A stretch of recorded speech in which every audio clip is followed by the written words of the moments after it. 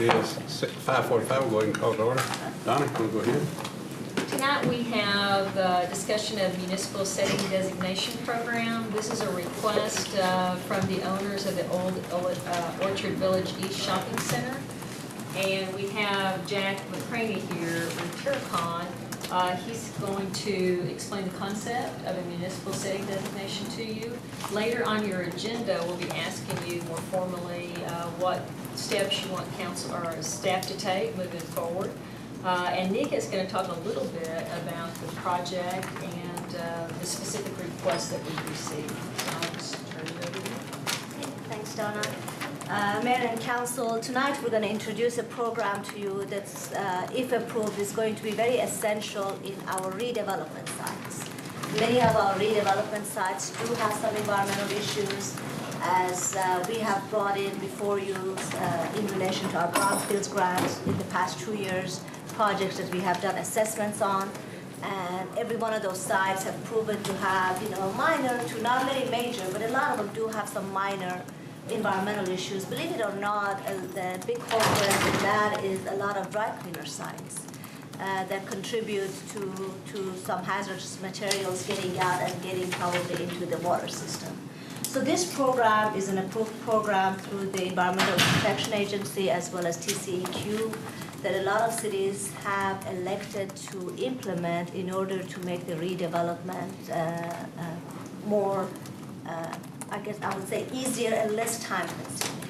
Because there are different programs that you can go through that are more time consuming, takes like 10 years or so, and some programs takes less time, which then contributes to the redevelopment process. So Cencor, which is representative of the owner of the shopping center, have been working with us for the past 3 years in terms of redeveloping the shopping center. I want to introduce David McNeil, who represents Cencor, and he's here with his team. Jill is their attorney, who's also very familiar with the program, and she's an environmental attorney practicing primarily in that field. Jack, of course, is our consultant, has been our consultant through the brownfields program for the past 3 years. Jack McCraney and his firm Terracon, they are also a fairly large environmental company in the state, and so they've been really helpful to us through implementing our brownfields program. So as everybody knows, Winco Food is developing or redeveloping that site. We're very excited about that project. It's coming along really well. And during the process, and as we went through the phase 1 of the environmental assessment, which was again one of the brownfields grants applications that we did through our application, we provided that to the owner of the project, and we discovered that there are some hazardous material within the groundwater. And again, coming from the on-site and off-site dry cleaner. So it's really not even within what was on-site. Another dry cleaner on another side that had nothing to do with the site had the material kind of migrating to this site. With that, they had to do, the Winco Food Project had to do some mitigation because they do sell some food, so they had to go through some process of voluntary cleanup program. And actually, if they don't obtain that, then they have to do look at some groundwater contamination. Their option is to go through a voluntary cleanup program, or if an MSD is not obtained, which is just a longer program. All of these programs that Jack will go through, they're primarily more paperwork. There's really no true cleanup is going to happen. It's just going to put people on notice about water and the hazard of potable water. So you're basically not drinking the water. With that, I think much of it is a lot of technical issues that we're trying to put into very simple layman's term for our purposes too. And Jack is going to go through that. So Jack, with that, I just want to mention also that their team is here just in case council have any more questions or very detailed questions regarding to their specific site. Thank you, Nika. Great job. I'll give you a little background information on Terracon. We started working with the city in 2008. We helped write the grant for the EPA, and you guys won a $400,000 EPA grant in 2009. That just ended this year, so we spent almost all $400,000 on doing investigations. As part of that program, you get applications in from different entities wanting their site investigated. And we ended up doing 11 phase ones, which is, going out, looking at the property, reviewing regulatory data, kind of finding out if there's any concerns from an environmental standpoint on each property. And once we did that, we ended up doing 9 phase twos, which is actually going out and taking soil and groundwater samples to determine is there a problem or is there not a problem. And so on your screen, you'll see the list of 11 we did. And the one that's highlighted is the Old Orchard Village East at 1288 West Main Street. We did a phase 1 and a phase 2 on that site because Winco was coming in to take a look at that property. And our phase 1 identified several, on-site and off-site concerns. We had some dry cleaners on-site, some dry cleaners off-site. We had some auto repair off-site, and we had a gas station located right off-site. So because of those 3 things, we recommended a phase 2 be done, and we took some soil and groundwater samples. And that phase 2 identified chlorinated solvents in the groundwater. A little bit of methyl tert-butyl ether, which is a gasoline compound additive and oxygenate, coming from one of the gas stations upgrading it. But the big thing to come out of that was we identified compounds that were above the health protection concentration levels for groundwater ingestion. So for anybody drinking that groundwater, there was levels that were exceeded. Of course, nobody's really drinking that groundwater because all that property is on city water. But here's a little kind of a diagram of the property. And here's the property we investigated for Winco. Now I think the actual MSD application includes this up here and all the way over to here. So it's a little more than what we investigated at the time. I think Cirrus has done some more investigation. But what we found was groundwater was flowing this way on the property. And the highest concentration was in MW5, the second highest MW3, and the third highest was in MW4. So these were less impacted than these. So what we found was the impact was primarily coming from upgrading off-site. If you look over here, there was 2 dry cleaners over here we think are the primary culprits. And these were actually, one of these was in the voluntary cleanup program back in the late 1990s. So, and they never got closure on it. One reason is we probably found a bunch of chlorinated solvents in the groundwater over there and didn't have the MSD, which came in 2003, to be able to close it out. The green lines are the topographic gradient, so as you can see, it probably flows this way and then turns down, and that's how we get our concentration gradient on the site. So we think most of that is probably coming from an off-site source that's impacted the property. There's several options for closure. One of them is going into the voluntary cleanup program, which you enter voluntarily. You submit data to TCEQ, they review it, they tell you, yeah, this looks good, or no, you need to do some more work, and they look at all that data. And one thing about the voluntary cleanup program is it's not easy to get through. The TCEQ will make you look at everything. When they give you that certificate of completion, you'll look at any potential metal concerns, chlorinated solvent concerns, gasoline concerns, groundwater on-site, groundwater off-site. There's a lot of different things they look at, and they don't issue that certificate of completion very easy. It takes a lot of work to get through that. And in fact, now I think they have 7 layers of review. So you got 7 people at TCQ will look at all the data and decide if it's complete. It's a difficult program to go through. It's usually a little bit more expensive to get through that because you are looking at everything. But the good thing is once you're done, they issue a certificate of completion, and that provides a kind of a release from liability to all future lenders and owners of that property. But it doesn't require cleanup either. No. That's what they really need to keep in mind, that none of these 3 methods will require cleanup. It could require cleanup for you to get there if you don't either do a groundwater deed restriction or some type of MSD. So that's one of the options. Or in areas where groundwater is your main source of drinking water. And that's a different issue. Which is a different issue. Yeah. Can I just ask a quick question to you and me? So what formation or formations did you test?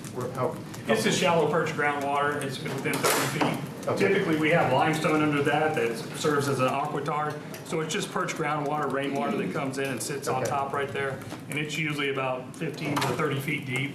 Okay. So it's not the drinking water zones that are 200 or 300 feet deep or more. Another option is the corrective action program, and that's the same rules as the voluntary cleanup program, as the corrective action program. They usually don't look at everything. If you identify chlorinated solvents as your concern, that's kind of what they'll focus on. The only problem with that is at the end they give you no further action letter, which doesn't really release anybody from liability in the future. So banks and new owners of the property or new leases really don't like to go through the corrective action program, just because you don't get that release from liability like the voluntary cleanup program. A third option is the dry cleaner remediation fund. This is a state-led fund which all the dry cleaners pay into. And so they have funds available to investigate your site or remediate your site. And they'll take, once you submit your application, the state will take over and do all the investigative work and stuff. The only problem with this is you kind of get on a priority ranking system, and you may be 250th on the list. So depending on if you've got, compounds flowing into creeks, residential neighborhoods, that's how they rank those sites. So if you get on this list, the good thing is you don't have to expend any more funds except for paying your yearly fee, which is about $1,500 a year. The bad thing is it may be 10, 15, 20 years before you get any cleanup or remediation done, because they may not get to it depending on how bad your site is. So, you could be in this program a long, long time. So I think Syncor and Winco would like to go through the voluntary cleanup program. And under that program, there's really 3 options for them to kind of deal with the groundwater contamination on site. One is to remediate groundwater to below action levels. So basically, you're either going to pull that groundwater out, run it through some kind of treatment system, and usually send it down with sanitary sewer or something if that's acceptable. Another way is to inject chemicals into the groundwater to break down those products. And basically, you just inject, certain types of chemicals that would treat the dry cleaner compounds, and eventually they'll break down those compounds. The second way is to place a groundwater deed restriction on site, which is, also a good way to kind of prevent exposure to groundwater. The only bad thing about that is if it's going off-site, you'll have to go off-site and delineate that as well. If you got other sources, it's difficult to get on other sites to look at all the sources.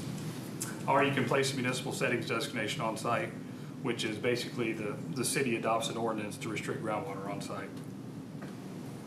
And here's some pros and cons for each of those types. Remediating groundwater can take a long time and be very expensive, depending on what's there, where your sources are, what the concentrations are. And especially with this one, since we decided a lot of this is coming from off-site, if you're not going to treat the source area, then it's going to be difficult to clean up your site. So, it could be a long time and millions of dollars to do remediation of groundwater. The groundwater deed restriction is good if you have mainly all your impact is located on site. Then you can, take the deed restriction out to your site boundary. Nothing's going off site impacting anybody else.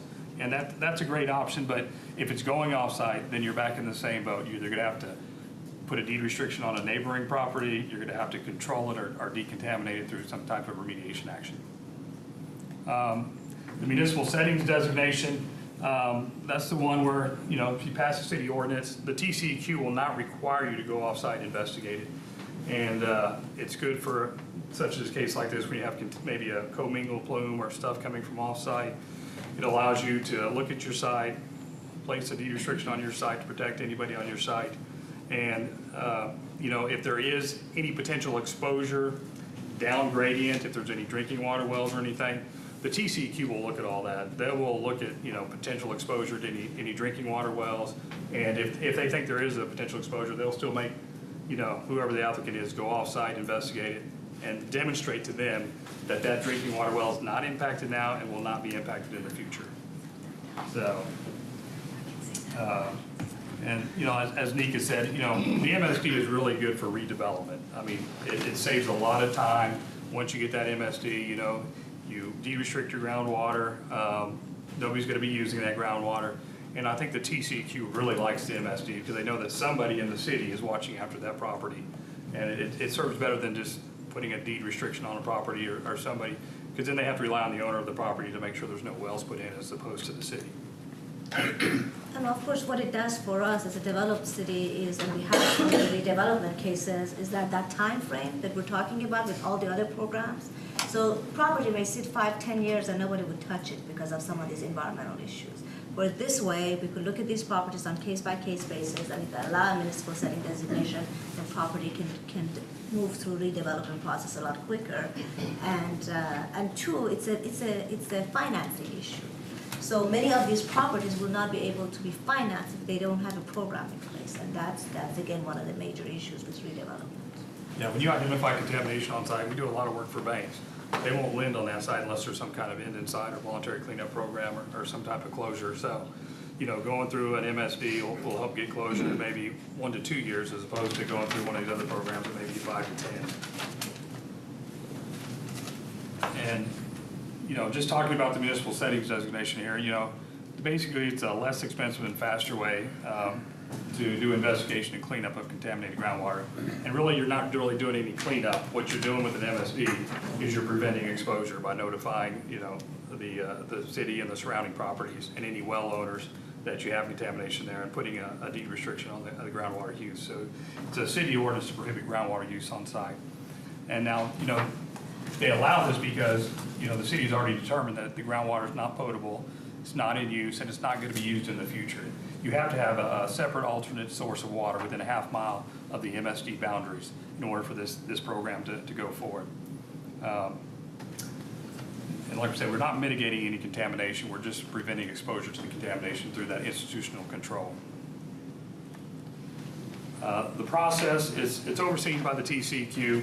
The city usually gets in an application, they look at the data, but all that data goes to the TCEQ with the MSD, the city ordinance and the resolution of the support that comes from the city. So it's not like the city has to decide, okay, is this well going to be impacted? Is this going to happen? Is somebody be drinking this water? The TCEQ will look at all that data and decide. They won't just give you an MSD. They'll look and see if there's any possible exposure from that groundwater contamination before they'll issue the MSD. And then once you get the MSD issued, that helps with cleanup of all the soils, because most of the time, anything in the soil, the most restrictive is protection of groundwater. So that raises your levels in the soil, so you have less cleanup of the soil as well. And we didn't identify anything in the soil from this, which is another indication that everything's coming from an off-site source. So I think just to be clear, it provides what we do if the city approves an MSD program, all we are doing is providing a means to proceed to TCEQ application. So that's all we're doing. If the city doesn't pass the ordinance, it doesn't go forward. As part of the MSD application, they'll have to notify the MSD where the property is located, which they already know. Each municipality within a half a mile has to be notified as well. So they'll have to give resolutions of support from each city within a half mile of the property boundary. Each municipality and retail public utility that owns or operates a water well within 5 miles will be notified. So anybody within 5 miles that owns or operates a water well have to be notified and give a resolution of support.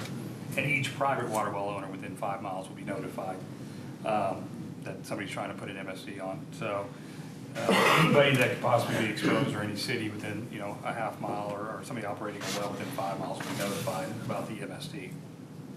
And then the applicant must demonstrate to the TCEQ there's no potable water use that will be affected, basically. That's when the TCEQ comes in. They'll look at all this, and Sirius will demonstrate to the TCEQ that, hey, nobody's going to be affected, nobody's going to be drinking the water. It's not going to impact any drinking water wells. And the TCEQ will review all that data, and if they find it acceptable, they'll issue the MSD certification. The city role in all this is basically to help private sector with development, and by passing the MSD, it helps them secure financing from banks. It helps future buyers and lenders basically from feeling comfortable about the property and moving forward with the transaction. And in this case, I think Winco is the one that would like to move forward and redevelop the property. And I think they're asking for this and would like to see this happen. You're not required to pass an MSD. I mean, there's some cities that just reject it. I know some of the cities that use groundwater quite a bit for the drinking water sources, they will not accept MSDs. Here in the Metroplex, I guess we'll get to that, but almost probably 13, 14 cities allow MSDs, and we'll show you the numbers coming up. As you said, if there's no support for an MSD in the city, then there's no MSD, and then they'll have to go through one of the other options to get a voluntary cleanup plan closure. So you'd probably be looking at several more years to either do some deed restriction and get some off-site help, and, or do some remediation to get this site through the VCP program. Chad, can you share, Winco actually took some additional steps, because their construction's already underway, so could you clarify that, for them to have moved forward, they already took some additional? Yeah, the Winco has already hired Terracon to install a vapor mitigation system too. You could get some vapors coming off the groundwater into some structures on site. So Winco decided, hey, we're just gonna go ahead and put in a vapor mitigation system so we don't have to worry about the groundwater, any potential vapors. And what that system consists of is when they build their building, they're gonna put a piping network underneath that has slotted pipes basically to vent stuff out to the roof. And then what they'll do is they'll put a barrier over that piping system and then pour their concrete. So anything that builds up underneath that building, it'll be kept from going into the building through that vapor mitigation system, and any vapors that build up will be vented out the roof. So they won't have to worry about any vapors coming into the building. And I think that's supposed to start sometime in December when they're gonna start that construction. As we talked earlier, several cities have done MSD ordinances. Basically, they have, standing laws for these MSDs. Dallas has done 95, I think. Fort Worth has done 24. Denton has done 2. Arlington's done 15. Grand Prairie and Carrollton. Now, these are all the ones that have programs in place. They've adopted a MSD ordinance on their books. So the difference, just for, I think, to clarify, you can have a citywide ordinance, so that applies to every site in the city, which is what these cities have done. You can also look at each individual project on case-by-case basis. So then the next cities that we go to, that's what they've done. So that's primarily that's what we're recommending to you tonight, each case-by-case basis. Yeah, here's the cities that kind of do it on a case-by-case basis. Irving, McKinney, Hold Grapevine. on, stop. Liz, I think Rudy's got the same problem. Waterwell? Yeah, water well. Okay. What about abundance of caution? Okay. Anybody else got one to do? We don't have a quorum. We're done. I'm gonna go drill one. I'm gonna get a shovel. So these are the cities that just pass it on a case-by-case basis. So, and I don't think there's really a whole lot of difference. I think. No. The city ordinance, though, just to clarify, when the city passes an ordinance that addresses all of the MSDs that may be submitted to the city, it's not approving in advance that those will be admitted. It's setting up a process so that when an application is made, it goes through a specific process and will have a specific identical ordinance each time, basically. Even But they if are you do it still on an case by individual case. basis, you still have an ordinance. And yes, each and they're time, all so still there's- case by case, yes, in those situations. And here's the typical city process for MSD that we've dealt with. Some cities are a little bit longer than others, but basically each city, obtains an information package on the proposed MSD through some kind of application. The city reviews that application to decide if they've got enough information, if it's complete. If there's initial support for that MSD, then what will be happening is they'll hold a public meeting. So it'll go on the paper, there'll be a public meeting, and this will be where all the water well owners are notified and can come to the public meeting, all the cities and stuff, to ask questions on this. And usually the applicant will be there to present sort of the same information I'm presenting here, a little more detailed about the site specific though. And that'll give, their constituents and the, property owners within, a certain distance, a chance to come and get the information, either support or speak against it, or a lot of times when we've done it, there's really nobody shows up half the time. So, but then once that happens, we have a public hearing. It's usually a city council meeting where it'll be another opportunity for people, citizens, to come and speak. And once again, you'll have the applicant do a presentation for anybody that wants to have a presentation done in support of it or against it. And if approved by the city, if the council decides we're going to move forward with the MSD, you need to issue a resolution of support for the MSD, and then also pass a city ordinance or a restrictive covenant to prohibit the use of groundwater on that site. So, and then you'll have to, I think you have to send a letter in to verify that the public water supply system is available to all property within a half mile surrounding the MSD. here's a typical timeline, you know, an application submitted to the city usually takes about 10 to 15 days to review for completeness.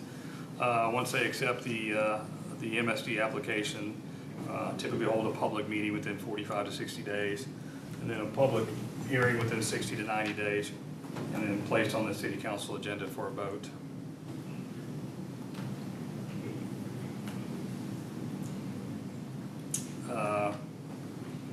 And I guess here's questions and directions for. So council, what we're asking for tonight, item number 13 on your agenda, basically we're seeking direction on whether you want to move forward with this process. And what that means is we would go forward and develop an application form. There can be some variation in that application form. We would work with Terracon, they've done that for a number of cities. So if you want to move forward with this process, that'd be step one, is develop our own process, our own application form, and we have the applicant complete that application form. And our recommendation to you would be to do this on a case-by-case basis. So if we had another shopping center that came, they would submit a separate application and we would go through this process again. So, open for questions. Explain to me, when you go through on a case-by-case basis, basically, this city has a tendency that once it's okay for one developer or business to do it, and they follow all the regulations and do everything that that the environmental quality people want and all of this, what's the benefit of keeping coming back on a case-by-case basis when they're going to say basically that Joe Jones' property did it and Bill Smith's property did it and now I'm applying for it and I'm following all the regulations? Because before you answer, the conflict that they have is just on this particular issue, but the general concept of whether we do case by case or not, they actually don't have a conflict as long as we're not talking about this case. So I'd like to bring them back in for this discussion. If there is any discussion on 1280 and 1288 West, if we could hold that till the end, and then I can ask them to step out again. Let me go ahead. I do have some specifics. Yeah, I do too. I Let's go ahead and do I that. do have specifics about 1280 and 1288. Okay, I can do they as come back well. in to hear the answer to Leroy's question? Why don't we do the specifics first and then do the generals later? Okay. Since we're already out. I've got several. First off, how long is the study, the phase 2 study that you do? How long is it good for once it's done and completed? Is that good from Yeah, infinity or what? we just did one phase 2 study, so we looked at one snapshot in time of the groundwater that was there and the soils. I think Cirrus has done additional studies since that time. But yeah, I mean, it's not like the chlorinated solvents aren't gonna go away real quick. They'll last a long time in the groundwater. So we my would- question is, how long is that study good for? Are you required to come in and do a follow-up study at a later time or what? As far as TCEQ is concerned or what? Sometimes they'll make you come in and do it, but I think in this case, the data's relatively new. When's the last time you guys sampled out there? I think actually the last sample was y'all sample. There was the neighbor had put some wells on it sampled Okay. also. So, you know, I don't think the TCQ will make them come back and redo a lot of sampling as far as those wells. Typically what happens when they go to the TCQ though, the TCQ look at all the data and they're never satisfied with the first go around. They will make you do more work. So they may say, hey, we want a well over here, we want more soil samples over here, you didn't investigate this battery place that was up here at some time. So they'll probably end up doing more soil and groundwater sampling out there just for the TCQ. But the data, I mean, the concentrations aren't gonna change a whole lot in the next year or so, next couple of years probably out there. So the TCQ doesn't have like a specific time frame where you had to sample in the last 6 months or anything. Okay, and on this particular property, we're talking about groundwater only, not soil contamination, is that correct? Yeah, I mean, our investigation really didn't find any soil contamination above any action levels. It was only in the groundwater. Okay. And then you talked about, what's the general?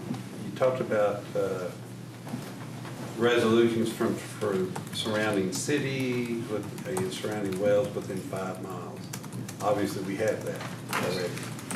If they don't get those resolutions from people supporting that, from this piece of property, what happens? I don't think you get the MSD if you don't get all the resolutions. So one person that's got a well can say, no, I don't Well, want it. they don't need it from every individual that has a well. Those people will have a chance to come to talk to you, but yeah, the resolution of support from the cities and the retail public utilities that, you know, operate water wells for, you know, a district or a city, they will need resolutions of support. Okay, just so have to individual Yeah. well owners would not have to do a resolution of support. No, they need to be notified. They'll have a chance to speak at the public meeting and the council meeting. Okay, then, but the surrounding cities, municipalities, and utilities would be required to. Correct. Give us support. Have we contacted those municipalities, utilities on this particular piece of property? No, because we haven't started the application. So Right. because we don't have this process in place. So we must have the process in place before. I understand that, but see, you know, you'd save yourself a lot of work if you go out there and talk to them and say, we're not gonna allow that. Yeah, What's the use of doing it? typically, once you show them that it's not gonna impact their city or it has no bearing on anything they do in their city, in most of the cities we found, we've had to have some issues with some smaller cities. Usually if the bigger cities are in support of it, they'll go talk to the smaller cities and, you know. We've had a couple of issues in Arlington where some of the smaller cities around there just don't like the idea of de-restricting groundwater. But typically they pass it. Okay. And so there hasn't been a whole lot of trouble with getting other cities to pass it. In this particular case, Flower Mound would be the closest city, and I believe they're over the 1/2 mile. Okay. Is that right, David? I think we talked about that. It's closer to a mile. But if they have a well, it'd be within 5 miles, if Flower Mound has a well. If they have, No. Half a if they mile. have public drinking water wells, but otherwise. What was the 5 miles? I thought it was a That's well. private owners, yeah. I thought, I mean, clarify me here, I thought you just said municipality within a 1/2 mile of it that could be affected from runoff. But if they had a well, if a municipality If they had a operate- well Yeah, if they operate a within 5 miles, public supply water well, then they would have 5 to miles, approve yeah. within 5 miles. That's what I said. That's what I understood. But that's rare, right? And I'm swear, but I'm saying, have we looked to see if that's the case? You know the answer to that, Steve? Flower Mound? I believe their city limits would probably be within that. But do they have a well? They're not. and for all those cities that have a public supply well, you I know. think that'd be prudent for us to look into that right up front, right off. And that's usually part of the application. Once they get approved, you know, Cirrus and they'll go to each of the cities and they'll try to get a resolution support. Sometimes, just like here, they'll go to the council meetings, they'll explain what they're looking for and the council will vote on it. And then before you guys have your public meeting or public hearing, then we'll come back with all those resolutions of support. But I understand what you're saying, Mayor. You'd like us to go and check before we spend a lot of time, and we can certainly do that. And if you go back to your timeline, I think it was the one before this, maybe? No, very end of it. The timeline that once you, yeah, there you go. I would like for us as a city, and I'll go ahead and say, I don't have any problems with us doing this as of the way I understand it right now. There's some things, mitigating circumstances that could come up as we've just described, but the way it's presented right now, I certainly don't have any problem with doing it for this particular address. I do like the goals you, personal deal, but that's a general thing. But on this particular address, I would like everyone notified in writing by the city. I don't want just a public notice in the newspaper and just say, we're gonna have it at a city council meeting. I want everyone of them, if we know them, I want them notified. I would like for them to be notified in writing so that they have the opportunity to come forward, speak their mind, find out about it, let them be educated about it up front, what the situation is, what it is, so that they don't come back 6 months, year later, and scream, well, y'all never told me, yeah, I haven't sent some paper. Well, what paper? We don't even have a paper here. We legally do, but nobody gets it. So you're talking about each private Yeah. well? Everybody, Or yes. every person within 5 No. Every person that has a private well within the deal and every person within the 1/2 mile deal. Yeah, I believe that's legally required. Okay, well, I hadn't heard, all I heard you say was Certified notices. mail, the free services via certified mail. Yeah, every private water well owner Okay, I within hadn't heard 5 that. All I miles. heard before Yeah. was newspapers and, Every private water well owner within 5 miles will get 3 notifications at least. and the only reason I'm saying that because I don't want to come back and bite us later that. hey, you Nobody didn't should be supposed drinking to this do water anyway. I mean, Yeah, nobody's using You don't water. want somebody to have a well there. But typically what happens with all the private water well owners is they'll send out a certified letter, and they will get the green receipt back. And all the ones they don't get back, they'll send out a second certified letter. We have a list of all those, right? They have probably well. That's They their will- responsibility. Yeah, Oh, they do. there's water well database searches that'll pull all the wells that are registered. That are registered with registered. the state. So, And they could have a private well that they put in that nobody knows about. nobody knows about. So, But if they have a well, it's supposed to be registered with the That's state. correct. So if they don't So have we would be registered, covered that way, at least That's that way correct. we're covered. Yes. That's Yeah. my and concern. then there's also, they'll do a kind of a surrounding property reconnaissance and look for wells within like 500-foot radius. So they'll go property to property, if there's any wells, if there's any well houses or anything, they'll go check on that, so. Okay, who else has got questions on this particular item? Pardon me. So for this property, for this particular submission, we're looking at this 60 to 90-day process, if council approves it tonight. And that can be part of your application more. process. You guys can decide whatever you want. But this is, if we pull a trigger on this tonight and accept it, this is really what we're committing to, is that we're gonna put a process in place with these minimum standards. To some degree, yes. Okay. Because first we have to develop our application, for instance. Sure. But we haven't done it. But once we do the process in place, yes. Okay. yeah, it doesn't mean it's gonna happen in 90 days. We need time to develop the process. Maybe longer, so that's. Why are we just now hearing about this? Winco's been turning dirt for a while now. No, we've been talking about this. It's just that the program, the issue has been, can they do other options instead of moving on with this program? Do they have other options? And again, remember that they have been moving dirt, so it hasn't kept them from developing. It's just that it's later on a lending issue, a selling issue, if they want to refinance it. The bigger issue is Sencor is actually going to redevelop the rest of the shopping center. And they are going to, be needing to go to banks for lending purposes, and so that's why we are building. So what we're talking about tonight is not really gonna impact the existing Winco project, but at any future uses of that space, Any future redevelopment. redevelopment of that space. It's a finding. Is what it's Makes it gonna more impact. difficult. Okay, Makes it more difficult. Winco's moving forward. Right. excellent. And it was So- also agreed with Winco that we would pursue the MSD process with the city. Yeah, I think that's the key. We gave them enough comfort that we would go through whatever process was necessary, that they went ahead and did it. That's fair, because quite frankly, I'm very appreciative that they've come and they're Right. investing in the city, and I just wanna make sure. Exactly, and that's really the issue, is you have to find a tenant sophisticated enough to understand that it's not a real problem. And they took some steps with the favor barrier, but the more sophisticated the tenants, the kind we want, if they check it, sometimes they'll just go, I'm out. It affects their financing, it affects all kinds of things. It can take time, the time kills deals. It's just, we want some kind of closure. Okay. It's not 10 years down the road, and that's why we chose to pursue this first. If we don't get it, we'll go the other route and just take the time. That creates a separation that I was wondering about there, so that's fine. But That to answers my. that point, and I agree with you, why don't we just not hear about it? So if we're uncomfortable with doing this tonight, because we think we need more information, we need to know more about it, that's not gonna affect Winco at all? No, it affects me, because I guarantee Winco we do it, so. I'm gonna get there one way or Frankly, another. you should have brought this a month ago. We were talking I don't about, like stuff being put on a workshop and on the agenda item the same night. This is the third time we've done that. I'm not comfortable with it at all. We did it last week, at the last meeting with the Park Plaza. We did it with the oil thing here, what was that, a month and a half ago? And then also we did it with the closing of, what's this, 4 of them now we've done. Put them on the workshop and the same night it's on the agenda. There's no time for us to discern stuff or get answers to questions. Certainly that item can be delayed, Mayor. You're not comfortable moving forward. Well, I don't want Winco to, but I mean, it should have been brought to us a month ago, so we had time to do it. I mean, you can't expect us, it's a very complicated issue.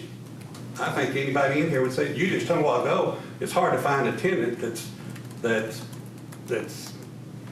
I don't want to say intelligent enough. But Sophisticated. sophisticated, that was a good word, thank you. Sophisticated enough to understand this. Well, they didn't understand it in a 30-minute presentation, I don't think. Well, and then it took an owner with a long enough vision for the property to stand behind it and say we can get it done.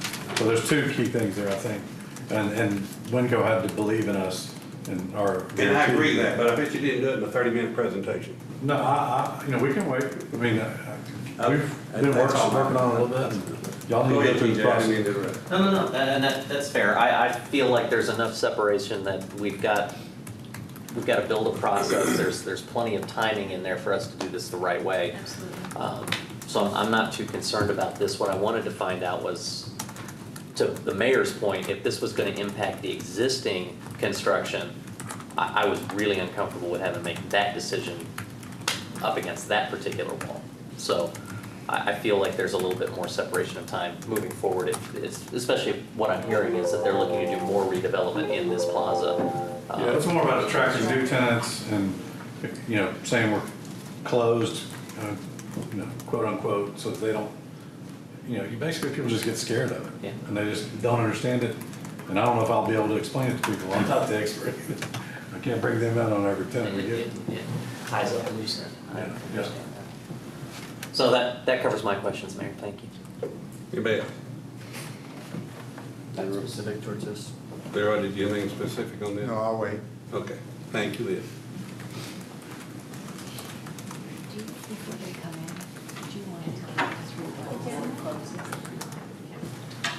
I don't know. We can, I mean, I'm trying to explain the process. And there's 300. Yeah. They have water wells within 5 miles. So they'll end up being letters.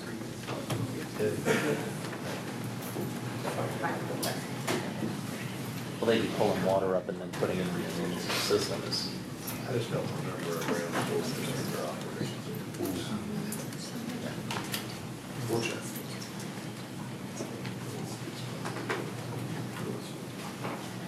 It's been fun. Right now- You missed a lot of fun. You're all here by yourself. All right, now go ahead and go with generalized questions. I will tell you what we did. All we did was ask questions that were specific to that specific property, which is on the agenda tonight. And anything that was generalization on these MSDs, Liz said we could wait and have y'all come back in and ask that. So now we're, not on that particular piece probably, but generalization of MSDs and how they work and any other questions about what you might have about them. So Leroy, did you have something in general you wanted to ask? I already actually asked it. Basically, the city's recommendation was that we do it on a case-by-case basis. I see that as time-consuming, unnecessary time-consuming, when it's basically, if all the regulations are followed, whoever they're presented by, and the tendency is to, when they come to apply to the city, they point out that we've done this in X amount of cases, and that seems to be the backbone for those cases going forward. And I don't see why we need to, if we decide to do this, why we need to do it on a case-by-case basis if the rules and regs are followed. I think regardless of which route you go, it is to an extent going to be on a case-by-case basis, because you're going to have an individual application each and every time. And it gives staff the opportunity to step back and look at the particular circumstances related to that piece of property, primarily its location. And so, regardless of which way you go, it is somewhat on a case-by-case basis. The issue is, are you going to have, by ordinance, a stated process for the MSD process, or will you let it come to council each and every time as an individual matter? There's a very fine line between those two processes. Am I allowed to? This is general. Okay. My thought on that is that if these are ongoing ongoing potential sites, other sites in the future, I'm not sure, and perhaps you of all people could address this. I'm not sure that TCEQ would be looking for a blanket, unrestricted. I think that You would don't be. get that. You're not gonna ever get that. I mean, it's gonna be looked at case by case. So each one of them, either way, we're gonna have a public meeting, public hearing. Correct. And that was gonna be my question, is I was just a little confused as to whether we adopt an ordinance, which is still gonna have to be looked at, each one, separate application, case-by-case basis, going through the same process, or if we don't have an ordinance. I'm still not, even after, I mean, you just said it's a very fine line, I'm still not clear as to what the difference is. Some cities like Dallas, they have by ordinance a stated process that they follow with MSDs. That doesn't relieve them of requiring this separate ordinance each and every time a piece of property is approved.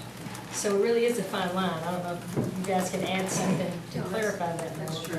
And the MSD statute allows you to either issue an ordinance supporting a particular property or a resolution. And some cities, they're really all over the board. Some of the cities have an ordinance that states, here's how we'll do this process, and we agree that we believe in the MSD process.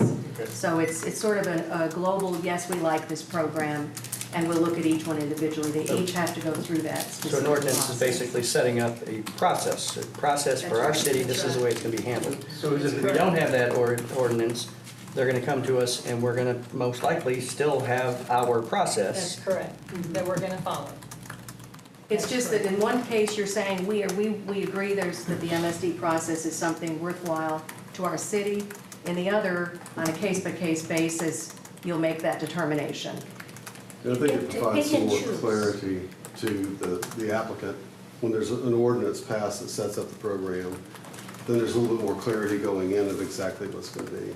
But the even city's if- going to want to see. Even if you set up the process, you haven't really set up a ministerial act. You still have to come back and get an Absolutely. ordinance. So But you're signaling a bit stronger to the community that That's this is an angle you be in favor of. And By the it's same token, you'd have to important, change, not if so something much. didn't function, you'd have to change the Do you want ordinance. this kind of MSD friendly? I just Yeah, don't with the- think- maybe. Okay. And the fact that you can pick and choose between a project, for instance, again, this project is a big redevelopment site for us, so. This hypothetical project. A Yes. hypothetical Or a project. project, the project down the street now, the Music Plaza. We had a phase 1 and phase 2 done on that. So you could pick and choose for the project. Is it a worthwhile project to basically move forward?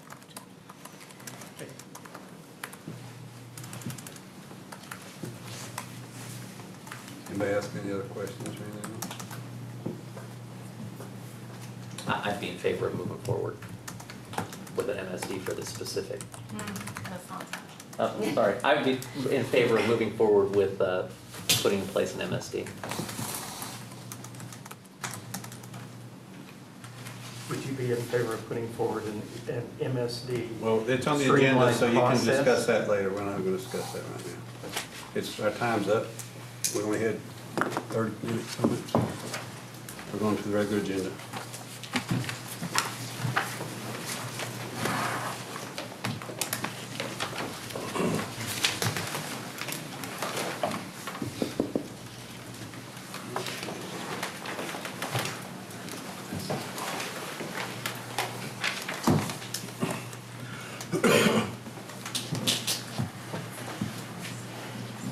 Wants to step up?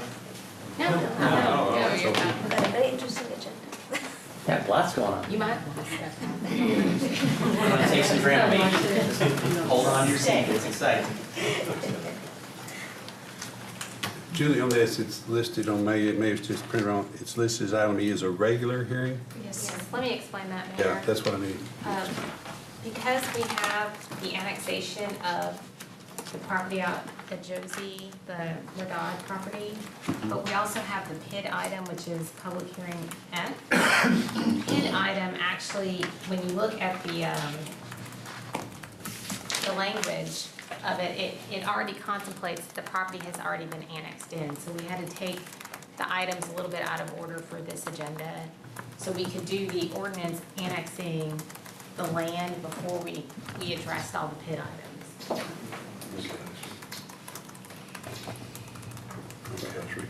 No, we did, what did we do last week that was like this? Last meeting was like this? Public It hearing. was the public hearing, Public hearing. but we didn't actually, it hasn't been annexed yet. No. Yeah. No, we annexed it tonight. This is the second reading? No, this is. Because when I started reading this the other day, I'm going, I had the wrong agenda. Let me delete this and get to the next one. Yeah. We had the public hearing on Yeah. annexation. Okay. With both of them on the same agenda. That's right. Okay. So now we're It's that annexing it, condensed then timeline then that we're putting the developer pit on needed. it. It was on there.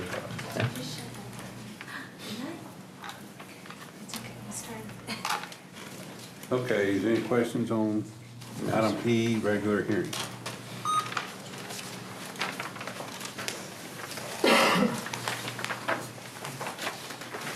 Item F, public hearing. This is a public hearing on the formation of the PID. The state law does require the council hold a public hearing as to the advisability of improvements. You've seen this in the past when we've had the PIDs in Castle Hills. It's the same exact process. And only the one is required, or? Yes. Right. There's an item on your agenda that we'll talk about in a moment.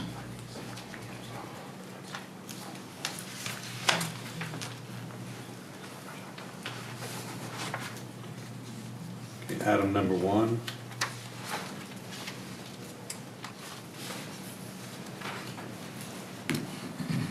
Item 2.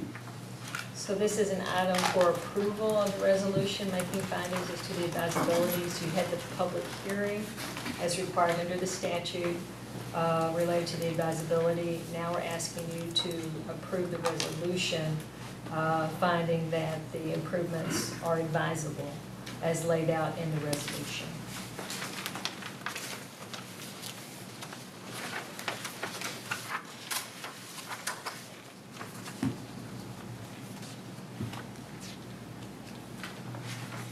Item 3.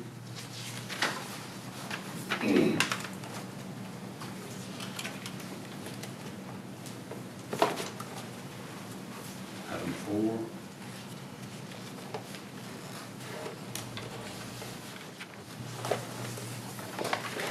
On item 4, is this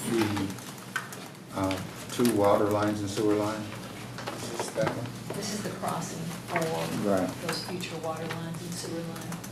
Okay, I'd like to request that the city manager possibly give a little bit more detailed explanation in the council meeting, because the reason I'm requesting that is so that everyone understands that $9,000 fee is forever, and it can go up, but it can't go down. And I would like for everybody to be aware of that, if that's okay with you. Sure.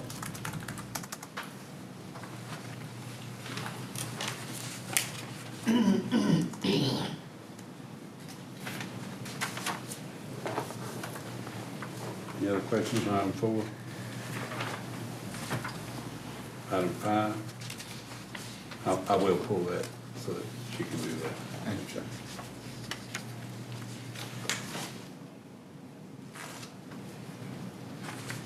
Item 6.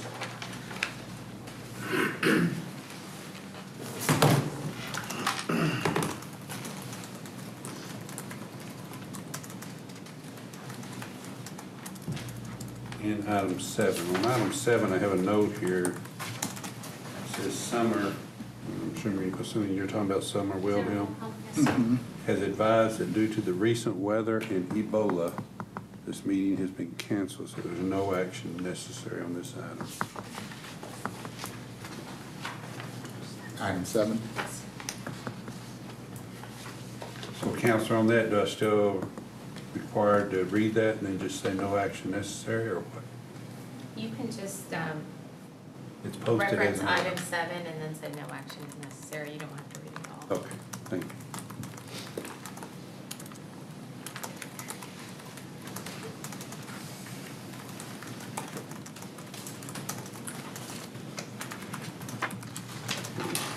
Item 8.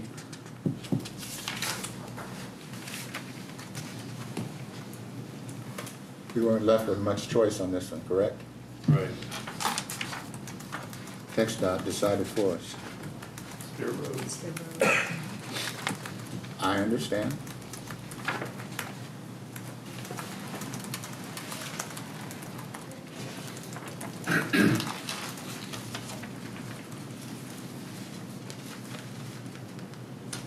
Okay.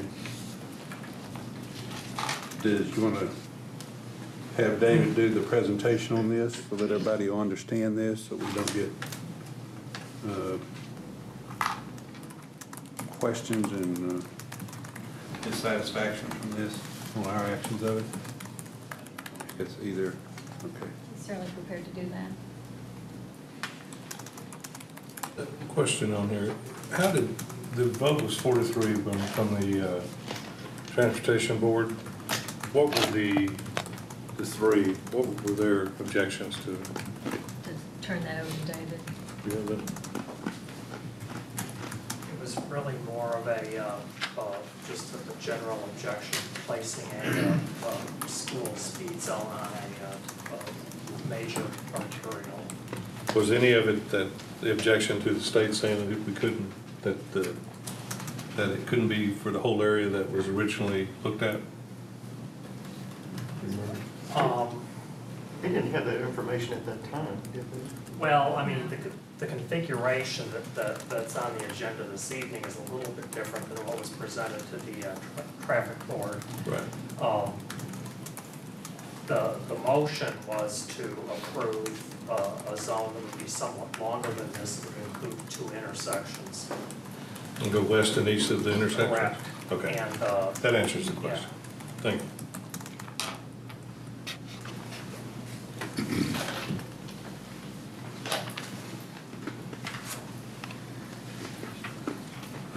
Item 9. What are we doing on item 9? I'll let Liz answer that. Okay. Mr. Vaughn, this is the ordinance that appoints, per state law, we have to appoint the judge and all alternate judges for municipal court by ordinance. And so this is just the ordinance that does so. Where did they come from before, this ordinance that we're producing? I Mayor- meant, what position were they in, or? Mayor, We need to go to may I closed into session? Closed session, please, for a consultation Okay. with the attorney. Oh, well, No, that's all right, let's go ahead and do it, because you need to understand, everybody else does too. There's a couple of questions on. So we'll convene in closed session.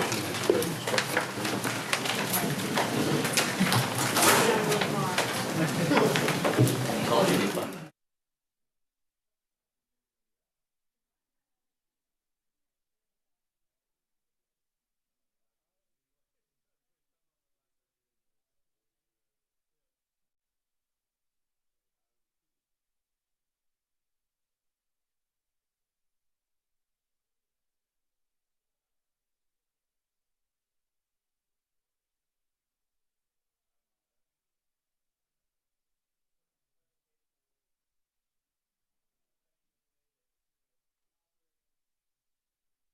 Any new rules and, This is really a cleanup because the ordinance talked about the exceptions to the requirement of no alcohol be by resolution, and instead they have been by policy statements approved by the council.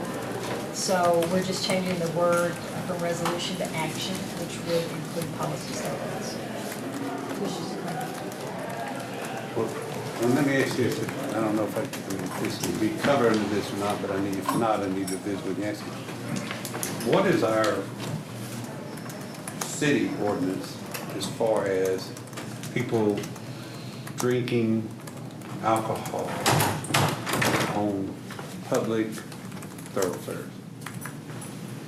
The state says, Which would include, that's an attorney here, what was our city ordinance as far as our citizens drinking alcohol on public thoroughfare? walking Like down on the the street. street with a beer. Or sidewalk, that's a public thoroughfare I also. don't think we have a city ordinance, we So rely it on is state legal, law. so it is legal for them to walk down the street and drink alcohol. Within certain hours of the day, yes. What's the hour? Midnight, Sunday through Friday, and then Saturday and Sunday, 1 AM, I believe. And that's a state statute? Yeah, state law. And we have the ability as a city That was my word. to set our own policy on that. Yeah, I believe you could set The it. State restricted. City of Austin has Absolutely. done that, I know they Dallas is they have too. struck They in have Dallas. open And that's a casino. different thing from this, except that it ties to this in my thought, because while you're saying they can't drink in that park, they can step over on the sidewalk and drink all they want, as long as they're not publicly intoxicated. Correct? Correct. That's why I think there needs to be some thought given into this about exactly how you want to do that. Because how are you going to tell people they can stand there and drink on the sidewalk right next to the park? And actually, there'll be sidewalks going through the park. Is that considered part of the park?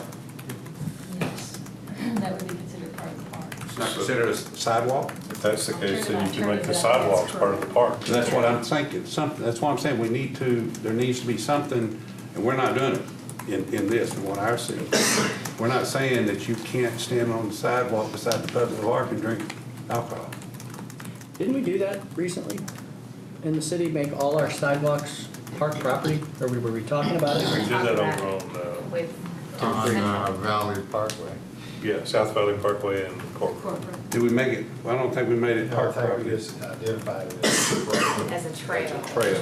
Which would be a park. But we didn't do that citywide, we just did it for that. We haven't even done it. No, have we we? haven't even done that. Signs are up. That's all you ask us to do is. Yeah. Ask us to put a trail sign up. Okay, so that's kind of a different issue as to whether or not we want to address that, right? However, I guess so you're saying you'd have to, if you, I'm not saying whether you do or don't, but if you don't want drinking in the park, alcohol drinking in the park, doesn't it stand to reason that you would want to do something where you couldn't drink it on the sidewalk next to the park? That would be a council decision, but if it's reasonable, yes.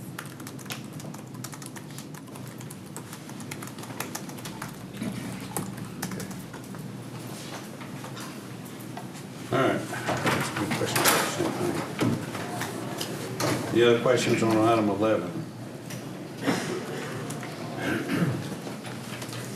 Item 12. Excuse me, on item 11, we're just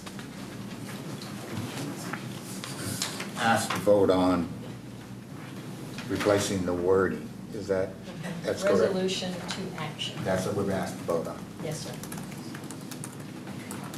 Thank you. Sorry, ma'am. That's all right. And item 12.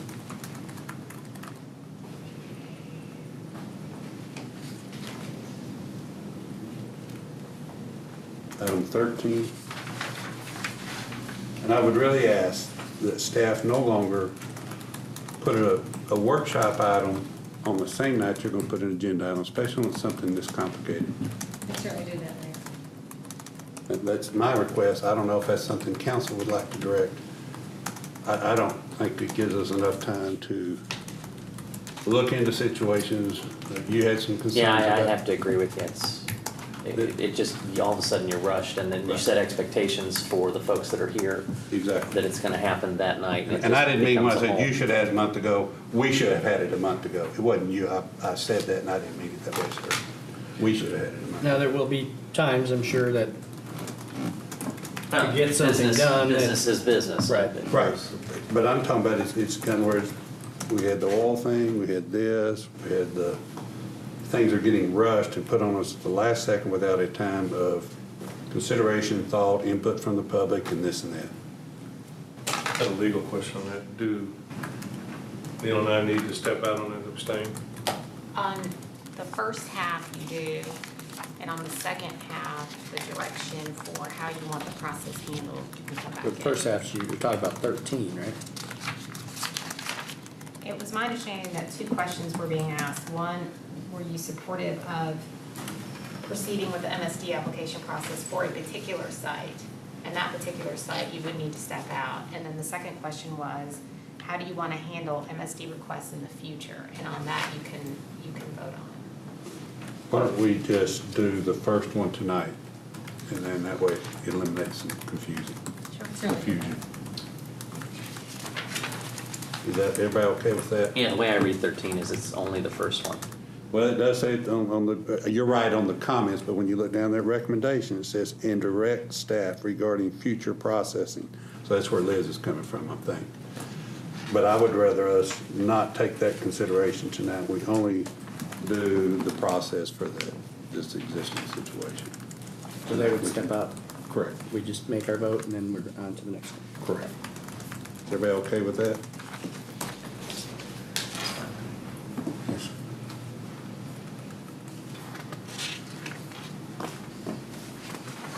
Okay, item 14. Julia sent everybody,